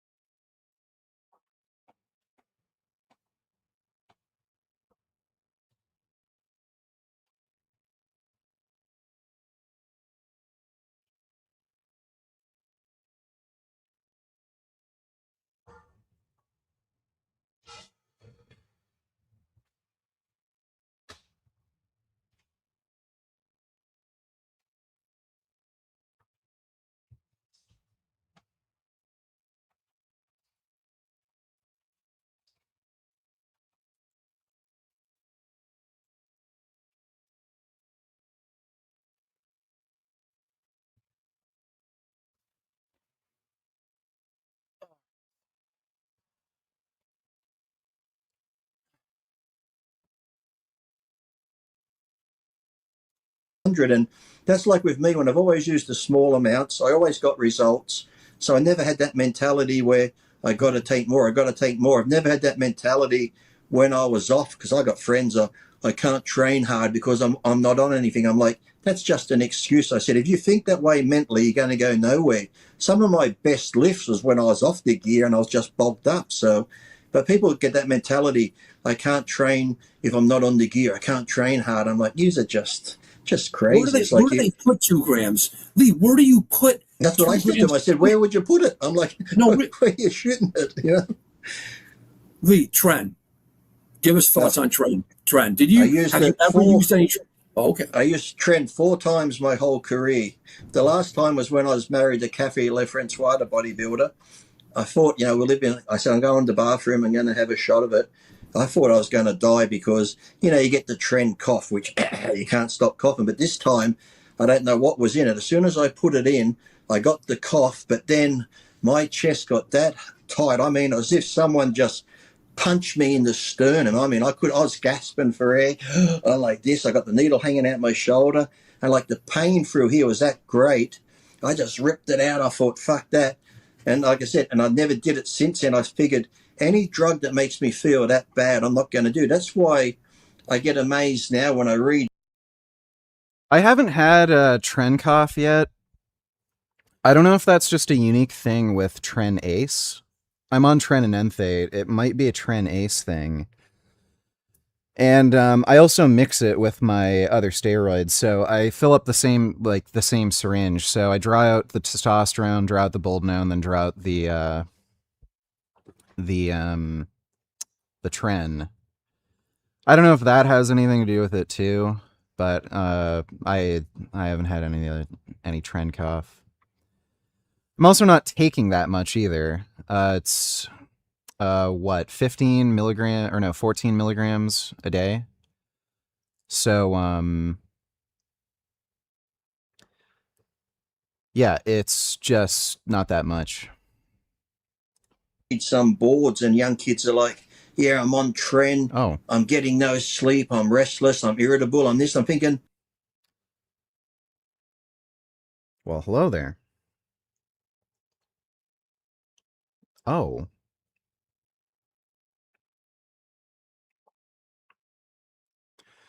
I have a cat. if a drug's making you feel that bad, why the hell are you taking it? Don't take it. There's other drugs out there. Trend's been making me feel great. I've been getting better sleep. I've been in a better mood, feel like more happy and calm in general. Definitely noticed more energy and motivation when I wake up. Yeah, so it's kind of funny. You can take, but I don't know why trend became this. That's all you see young kids talking about, trend. And I'm thinking, like I said, 4 times my whole career, and the last time I thought I was going to meet my maker, and I never used it since. I just never touched it. Was that acetate back in the day, the Phenoplex, or an I wouldn't even know. I see, like I said, when it came to, I just asked my mate I got off, I need a bottle of Trend, and he'll just get it to me. Like I said, I never read the steroid handbook. I never poured the Let Live with me, and you know, I'd hang out with other pros. I never once discussed cycles. It's like people think, yeah, a lot of these dudes like literally had no idea what the fuck they're taking. You pros must talk about what you're taking. I'm like, no, because to me, what Ronnie's taken's got nothing to do with not going to work for me. So we're all different. So to me, drugs were never, you know, some people love to talk about drugs and this. To me, it was just like, I couldn't care less. You take what you want to take and I'll take what I take. I know what I take works. So I remember I was helping a friend get ready for a show once. He wanted me to help him get ready for the Worlds. So I wrote him up a bit of a diet and a training thing because I didn't even know how to train. I said, this is the diet I similarly used. And then he goes, what about the supplements? I said, look, I'm no drug expert. I said, I can show you what I've taken, get ready for shows. And I sent it to him. Within 5 minutes, he emails me back. He goes, are you fucking with me? I said, why? He goes, that's not enough. You don't have growth hormone. You don't have this. I said, listen, if you're going to trust me with your diet and training, just trust me with this. So we followed it. Very minimal usage. He went and he won the world championship. He goes, Lee, he goes, that's the best I've ever looked and the best I've ever felt. And he was on probably a quarter of what he was used to taking. So that's why I try and tell these. Baby. What's going on, baby? What's my gum thinking? What's going on in your little cat brain? Oh, my gum. He's such a good kitty.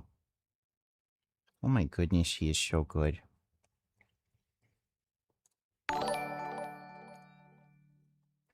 Genetic Beast did a video about you on intelligence. Can you please react to this? He's literally watching my fucking stream again. Oh my god. Has he just been doing this continuously? What is wrong with this? Like,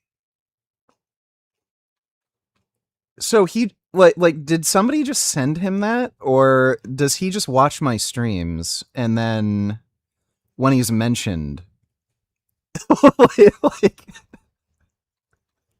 it's just weird. Oh, he made a video about, me and Todd Lee, too.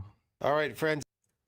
Okay, let's take a look. With I don't know, a new video this asshole sent me again, this crazy Herculean fat. Okay. Somebody is sending him the clips. Herculean fat loser X. Triple X dude. Getting tired of this guy anyway. So he sent me this thing by Vegan Gains. Let's hear what this so-called crazy mental maniac Vegan Gains has to say about me. What would you estimate Genetic Beast's IQ to be? I don't really care what my IQ is. It could be 0. I've got high intelligence. You'd probably care if your IQ was 0. IQ is for dummies like Vegan Gains. That's why a person like him, it's kind of obvious. Vegan gains, you're a herbivore animal. Humans are carnivore animals, we're hunters. The vegan compilation, vegan diets are all imaginary, dude. Get it? It's for high IQ people. Probably borderline retarded. Yes, of course. I'm retarded, borderline retarded, IQ retarded. Yes, okay. Very, I think the borderline for retarded is like right around 80. Yeah. What's IQ exactly? Yeah, I mean, he's smarter than Daniel Larson. I think Daniel Larson scored between 79 and 83 or something. So, he's not... The thing with Daniel Larson, though, he has a really, really serious anti-personality disorder. He's a narcissist. He's also schizophrenic, so that explains, and he's autistic, I think. So, narcissist, autistic, schizophrenic, he has that packed on with being borderline retarded. So that's why you don't see a genetic beast dining and dashing, screaming like fucking crazy, shouting the N-word, threatening to blow up the White House. Exactly. What is IQ? That's in this slavery, this zoo. That's IQ. But whatever, man. Let me ask you this question. Do you think it's intelligent to feed yourself toxic plants like vegan gains? Do you think it's intelligent to pump up your body with toxic steroids and pretend you have muscles? I don't know what makes a steroid toxic. Your body makes testosterone. Is that toxic? Are you going to cut off your balls? Do you think that's intelligent? I know. That's high IQ, right? I'm going to inject myself with steroids, right? And pretend I have muscles and pretend I'm strong. And then meanwhile, when you go off the steroids, all the phony strength and all the phony gains are going to go away. Get it? I benched 410 pounds naturally, so I think I'm fine. You're going to be a weak motherfucker. I also, people make this argument, when you go off the steroids, why would I go off? And not only that, but that weak motherfucking diet that this guy's on, a diet, which are imaginary, is also bullshit too. That's for high IQ people. That is not intelligent. You understand me? So what is what is vegan gains on the intelligence poll? At 0. Get it, man? Because it's unintelligent, the stuff that he does. Now, him scamming people on here, I'm gonna... Well, intelligent people are able to effectuate their own interests, right? So if you're intelligent and say you want to do something, like say make money or a certain amount of money or look a certain way or achieve something, the more intelligent you are, the better you're going to be able to do that because you're going to be able to make sound, rational, informed decisions. This guy has had an interest in bodybuilding and building muscle and getting stronger. And so have I. And I would say I've been much better at it than him. So he can call me stupid for eating the way I do, training the way I do, taking steroids, but guess what? I'm better at it than you, so who's the idiot? I have to give him a 1. Intelligent for scamming people. That's about it. He's pretty intelligent when it comes to scamming people on YouTube. Want to know why? Who have I scammed? I don't think having a donation link is scamming anybody. Because there's a lot of high IQ people out there. He's enslaved, what is it, 300,000 viewing slaves, and I don't know, man, the rest, whatever he's got over there. So that's pretty intelligent, because these so-called IQ people deserve to be enslaved by this guy. Definitely. That's about it. I'm telling the truth, everything that I say in this video. Listen, I don't need to embellish or make up stuff or lie like this guy. It would probably be in the low to mid 80s, if I had to guess. Yep. I don't know what he's talking about. I'm not enslaved by him or anybody. So you can drop any number when it comes to IQ. It's meaningless. It just means it's for dummies. That's all. It's for dummies. You want to see what intelligence looks like? Let's see. 21st century until I was just trying. Let's see what intelligence looks like. See, I don't take drugs. I'm older than Richard by over, I don't know, maybe like 30 years or something. So look at me. Look at Richard. Yeah, I am bigger, stronger, and look better than you.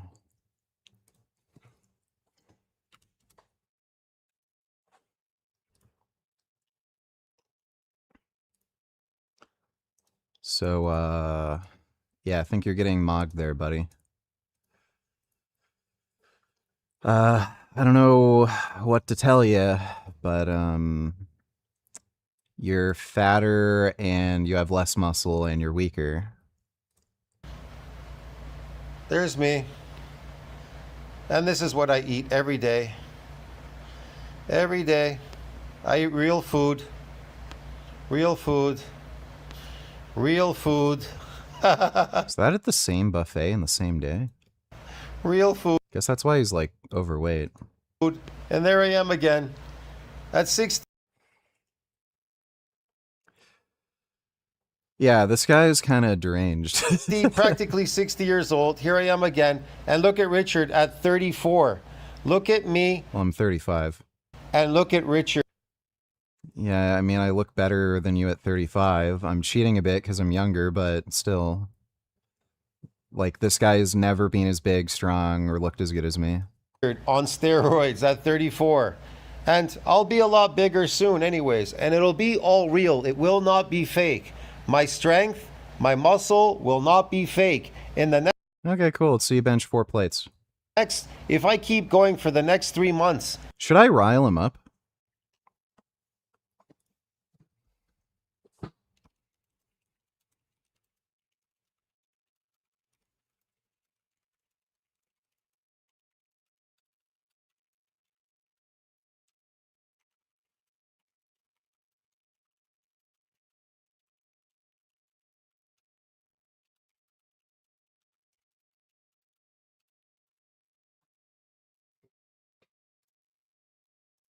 I'm going to be way bigger and way stronger than that guy has ever been in his entire lifetime.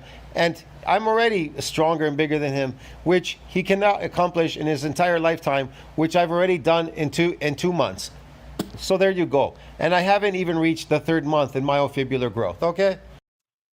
All right, let's see him bench 4 plates. So by next month, boom. But whatever, dude. You can, listen, Hercules Idiot X, you can ask this asshole anything you want. He'll just tell you what you want to hear. You want to know why? Because you're stupid. Get it? You have low intelligence. Nobody gets... Okay. It's semen, and I'm gonna react to a vegan gains video. I'm not gonna watch the whole thing, just certain segment here, somewhat in the middle here. So we're gonna start off over here in this section. Vegan Gains says in this video, Dr. Todd Lee and Vegan Gains talk gear, side effects, cycles, and training. Okay, dude, yeah. The end of the last 2 weeks, because I remember you like suggesting, you know, over and over and over again, you know, mast is great builder. It's not just a cutting steroid. I just had a vial, you know, before like the supply just ran dry. You know, like what, a little over a year ago now. And he's talking about taking Masteron as a I guess a building agent. They're not building agents. They don't build muscles, but yeah. They do. They literally cause gene transcription and make you build more muscle.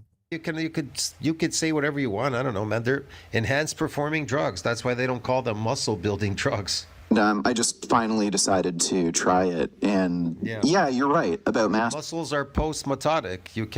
They cannot build muscles because muscles are post-mitotic. Can they aid? What the fuck is he talking about? What? Steroids don't build muscle because they're post-mitotic? Increasing protein to build up like myofibrillars? Yeah, it could, yeah. I mean, it could aid, but the majority of their diets, again, are peasant slave food. 90% is calorie.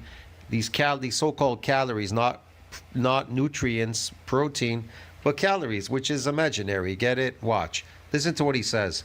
Restaurant. I don't know how the hell people can, like, I guess everybody responds differently, obviously, but It's so much simpler than that. It builds. You're so smart. I don't think you actually Oh yeah, he's so smart. Yes. get how dumb some people are.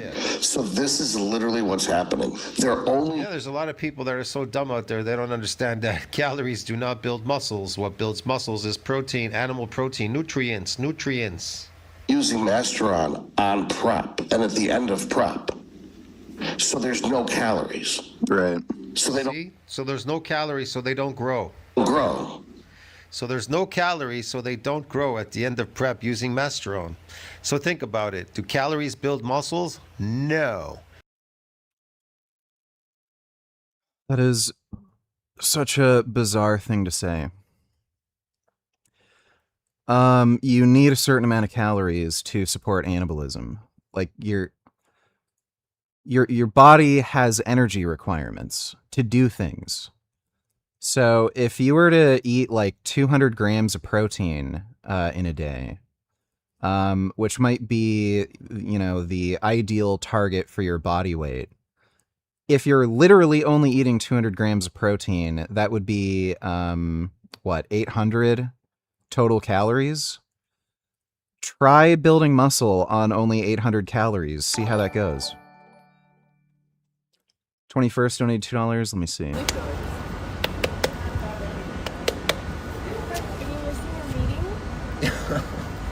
think you're missing your meeting, sir.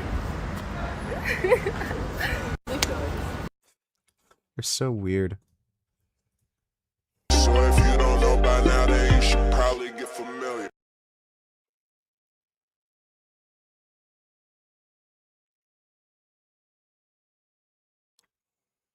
Yeah, maybe when I visit Australia again, I can meet up with Doreen Ryder. Versus Thailand. I rate China, Thailand, man, they're both amazing places to travel. If you're a vegan cyclist, if you're into the good life, the healthy life, Thailand's awesome. China's awesome too. China's like really... But one thing in China, I like to wash my hands a lot, eat a lot of fruit, get sticky fingers. Not many taps in China. Not many taps in China. In Thailand, taps, almost every business has got a tap at the front. It's really cool. So, and another thing that I don't like about China is the cigarettes, man. It's really strong smoking culture here, and it's sad. You see young girls smoke, like 15, 16-year-old girls smoking. You see most of the young guys smoking, even the bike shoppers smoking the bike shoppers. I've been on bunch rides having cigarettes and stuff, so that's unfortunate. But China's a really cool place, and it's 2026. The visas here are really easy to get, and I think they're doing a great job. It's very, very safe here, man. Like, we leave our bikes around. You can No, I obviously didn't meet up with them. You had your purse open on your bike before, just sitting there, like it's just things you wouldn't do in Australia or the US or Europe even. So China, double thumbs up. Amazing tourist location, but you got to come here to believe it. Bring your bike, bring your empty stomach, because the vegan food here is really good and the fruit's amazing. I would say the fruit is the best in the world in China. Southern China, fruit outstanding, and we're here. It's end of June, 2026. Amazing, very hot. So get used to the heat. I would never go to China. I do not want my organs stolen. Thanks for the donation, though, dude. Imaginary food does not build muscles. What builds muscles? Animal protein, nutrients, high nutrient. I don't think I'm imagining the tofu when I eat it. I think the tofu is real and it's actually there. Diet, raw animals. So the idiots confabulate the not growing with the Masteron, not with the low calories. It's that simple. I was on 1600 calories there. You know that? Of course he's on calories. He's a vegan. He doesn't eat animals. He doesn't eat protein. What builds myofibrillar growth? Doesn't build muscle, but what builds myofibrillar growth? Protein. Nutrients, protein, animal protein. But Vegan Gains is a vegan. So how is his muscles blowing up like a balloon on steroids? Steroids, they're not nutrients, bro. Get it? They don't have magic powers. They're molecules.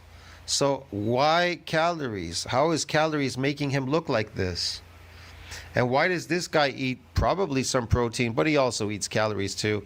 But he eats protein for sure, animal protein. The guy on Protein has calories. I don't think he understands what a calorie is. the left.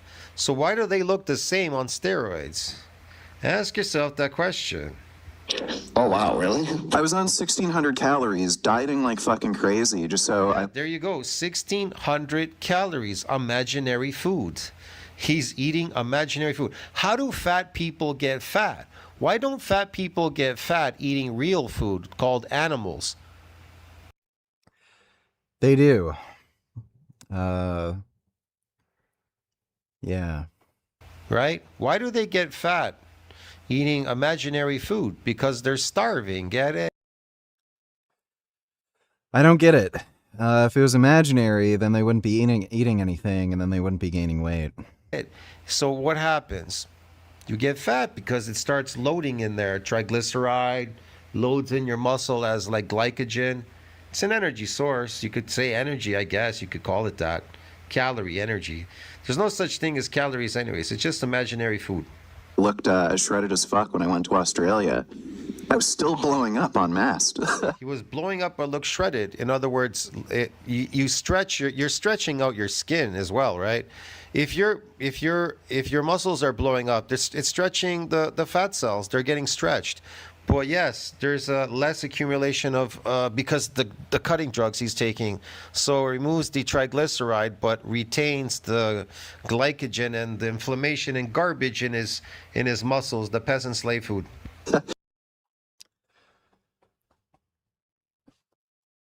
I wonder what this guy does. Like, is he on some kind of... Like, does he have a carer? Is he on, like, some weird government program? Like, he's just so fucking deranged and retarded.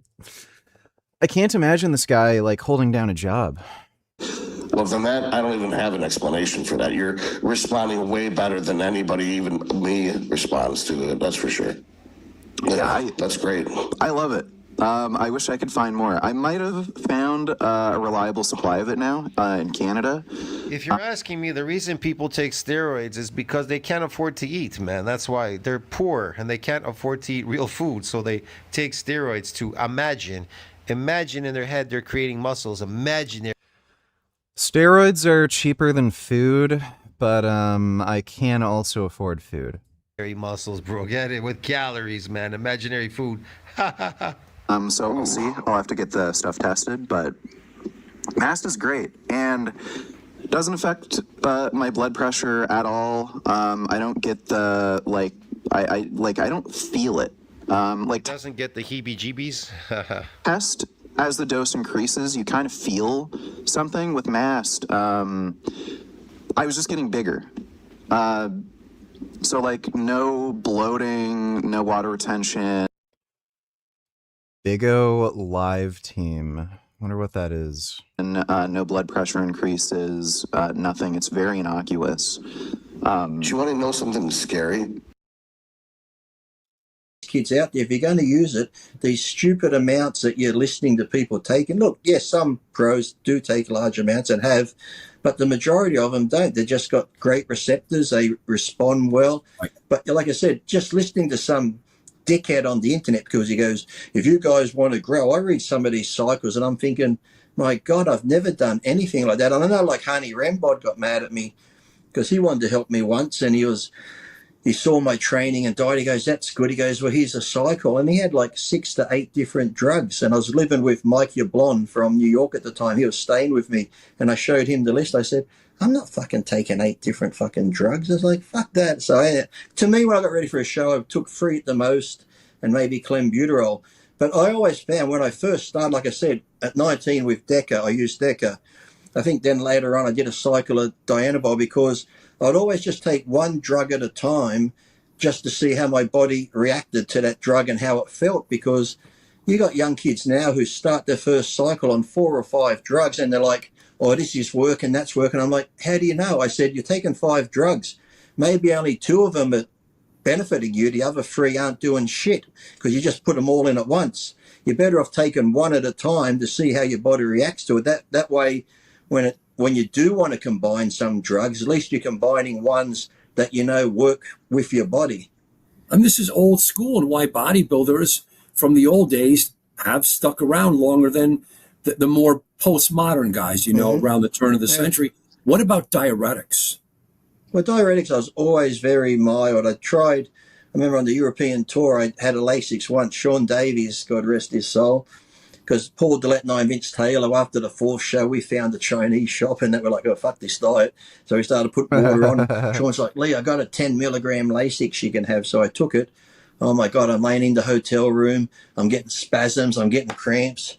I'm like, fuck. I called Sean's room. I said, Sean, what did you give me? He goes, 10 milligram. Oh, no, let me check it. Oh, that was a 30 milligram Lasix. I'm like, well, I said, I'm sleeping in your room tonight because if I die, it's on you. And I was going through the mini bar. I was eating salted peanuts. I was just throwing everything in. But normally I'd take like a diazide or aldactone, something very mild, but I'd never take a whole one because generally I'd always be pretty close to contest shape 2 weeks out. That's when I do all my photo shoots. So I found just all the posing and that got me in better shape.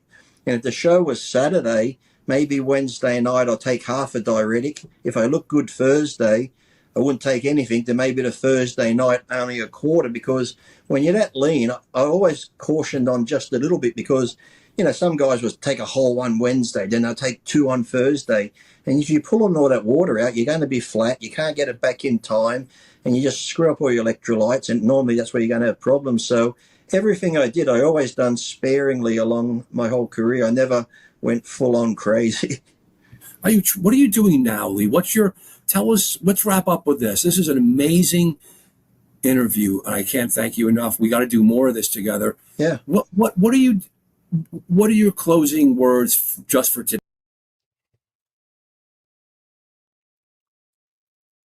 All right. Time to suffer.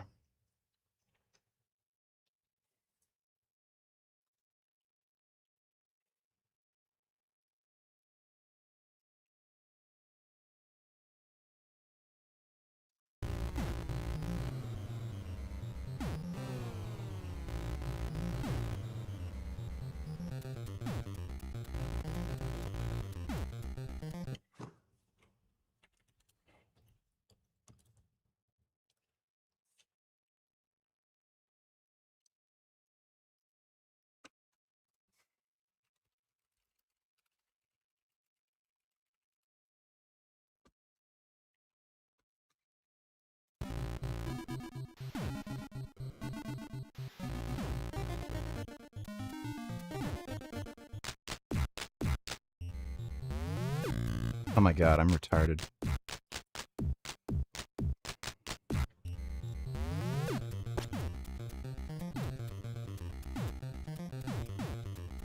Ah.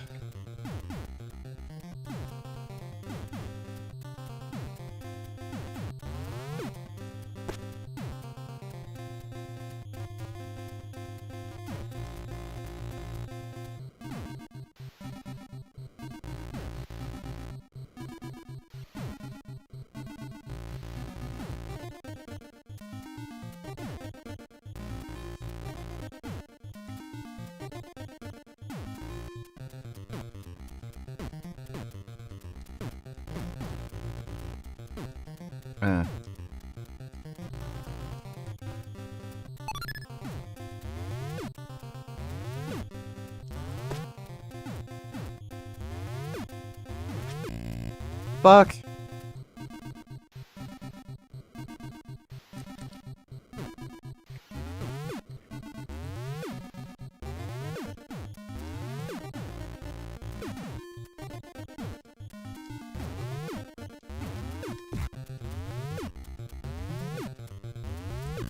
Ah.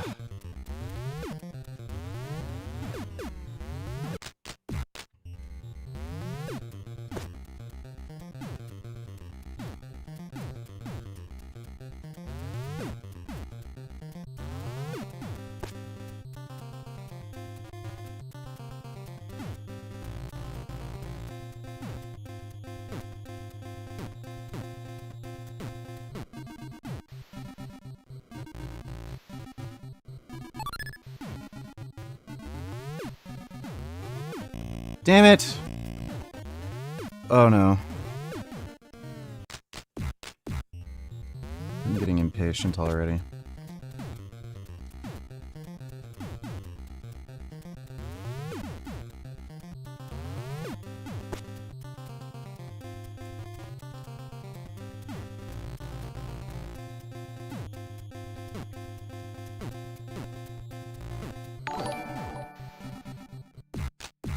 Is Genetic Beast also from...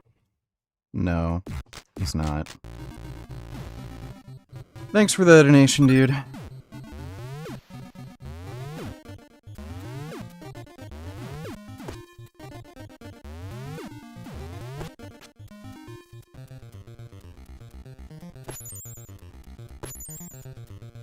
Got lucky there. Damn it! Ugh! Why is that so hard to time?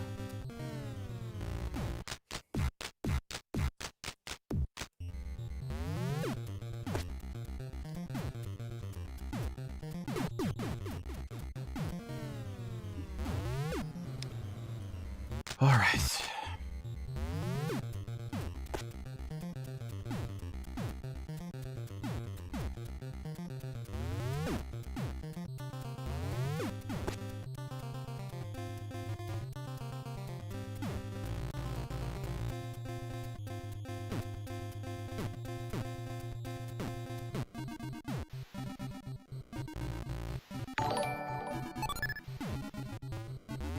Maybe you should call Jasmine to check up on her to make sure she's doing okay.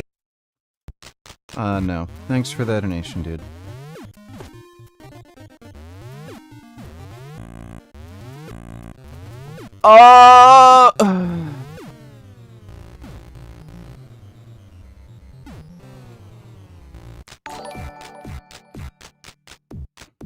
RFK Jr. No.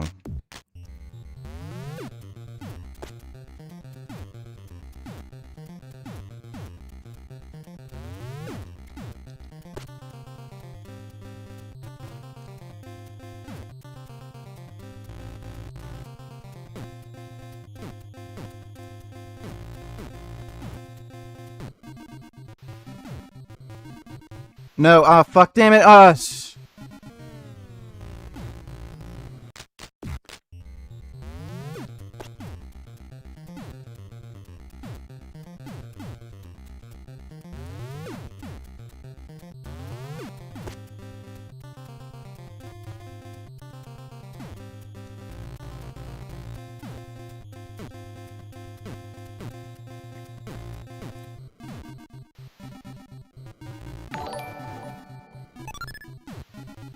Don't skip, but Steak and Shake agreed to fry their French fries in jasmine lard instead of seed oil. Are seed oils worse than jasmine lard?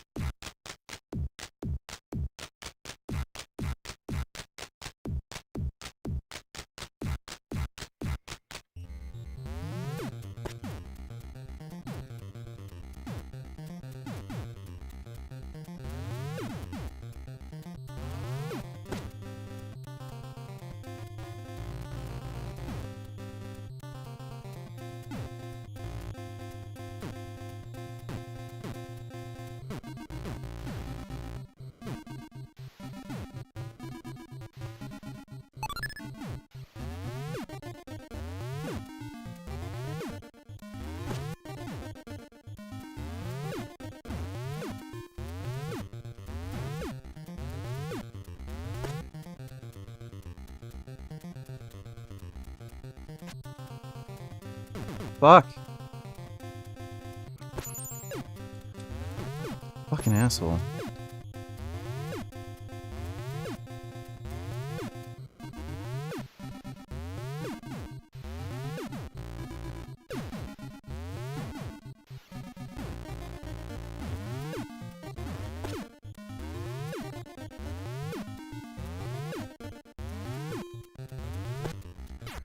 Fuck! Oh my god!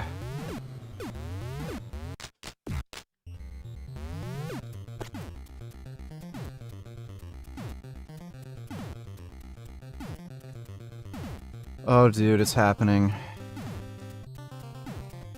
Oh my god, it's happening. Remember when Jarl pigs were bulking? Do you and the Jasmine all? No.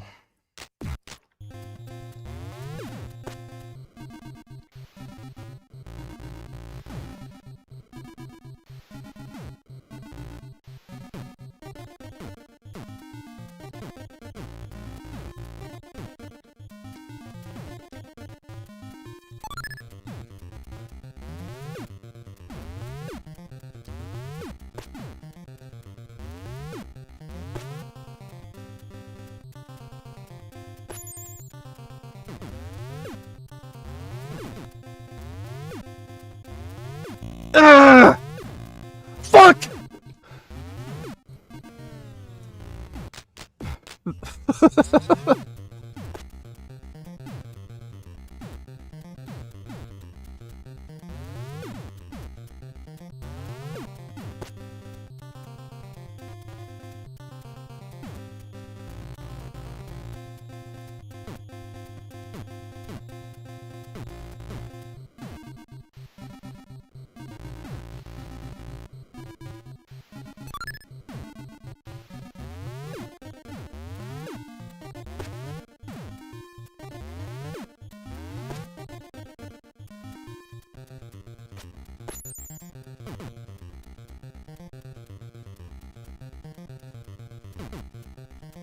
This enemy is such an asshole.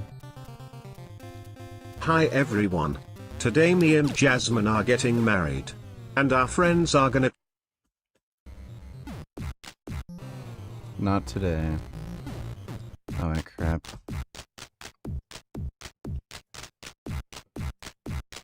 Did I load the right one?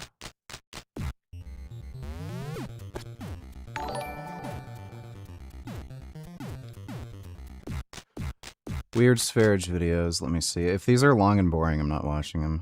I would 100% of the time win every fight ever against you name it, any drugged up bodybuilder out there, Sam Sulek, Sebum, 100% of the time, a million times over, just always, because there's just absolutely no way that they would ever even be able to reach me. It's just impossible, literally. It's not physically possible for them to even get to me. That fight would be done within minutes at most. He'd like to think that. And how is this one still up? Oh yeah, is this where he was like, pedophilia is fine, and he admitted to raping a girl? There's all kinds of rape, but when talking about the popular kind of male human being trying to use a female human being's body for his sexual ideas to pleasure himself violently, of course there's all kinds of other rape. This happens because this somebody is not in control of his body, therefore committing this torture. Many people call this acts of low vibration.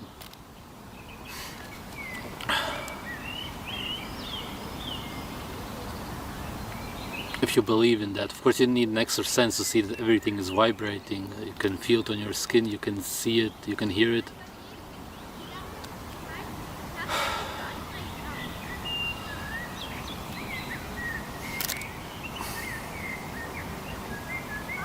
But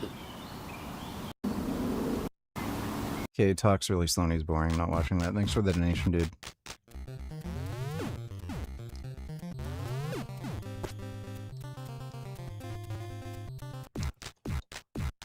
Dude, Streamlabs is just... Why is it so fucked lately? No.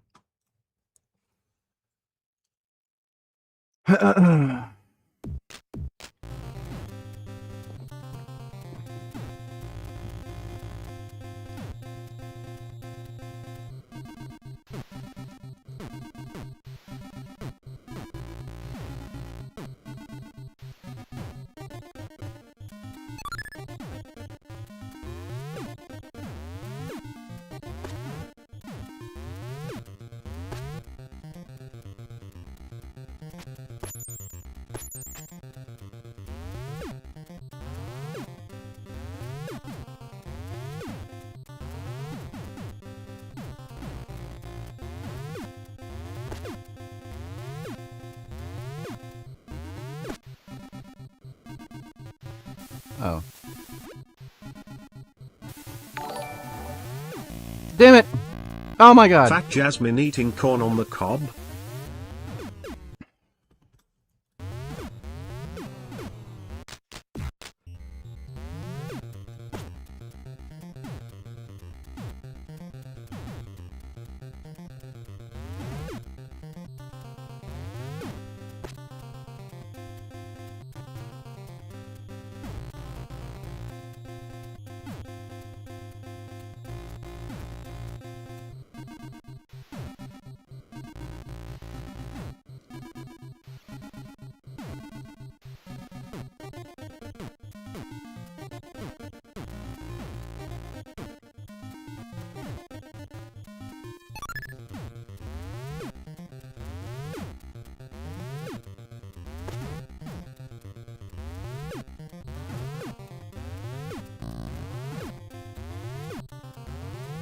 Ah!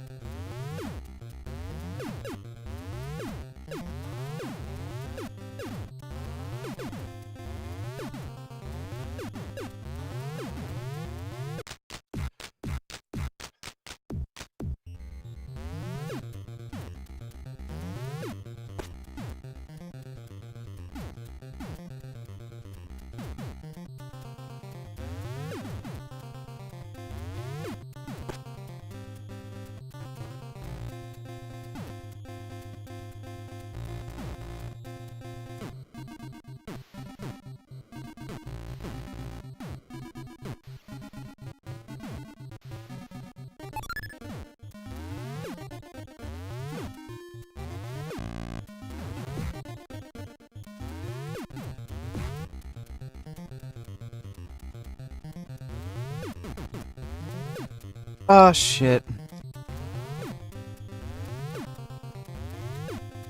How did that thing get up here? What the fuck? What? Oh my god. I didn't know that could get up there.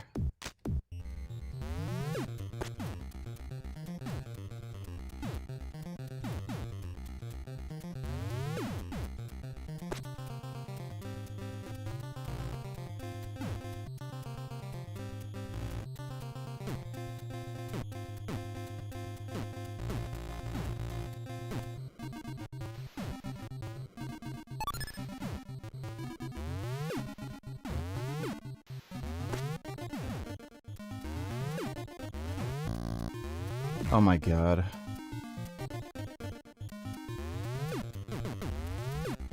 Fuck! Oh my god. Yeah, I think I'm at my limit. Oh.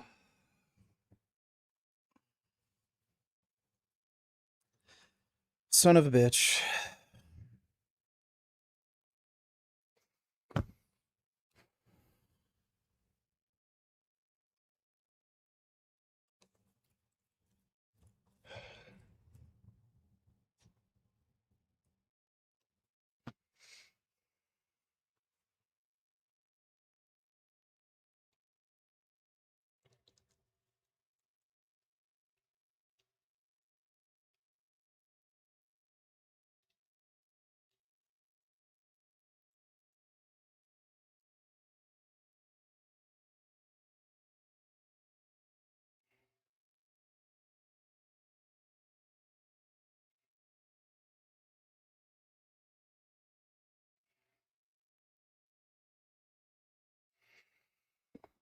Hmm.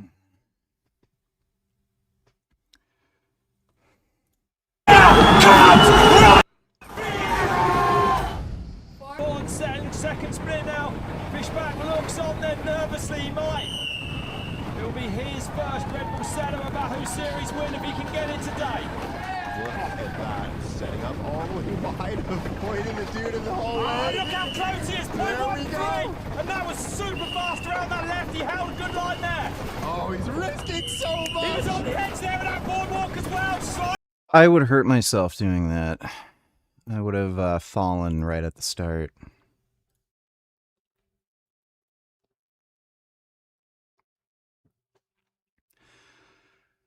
All right, it is late. I'm gonna go to bed. Might film a vlog tomorrow. We'll see. Do some training footage. Shit. You know. But I'll be on tomorrow night streaming. Hope you all had fun. Big thanks to everybody who donated on Streamlabs. Really appreciate it. And nighty-night.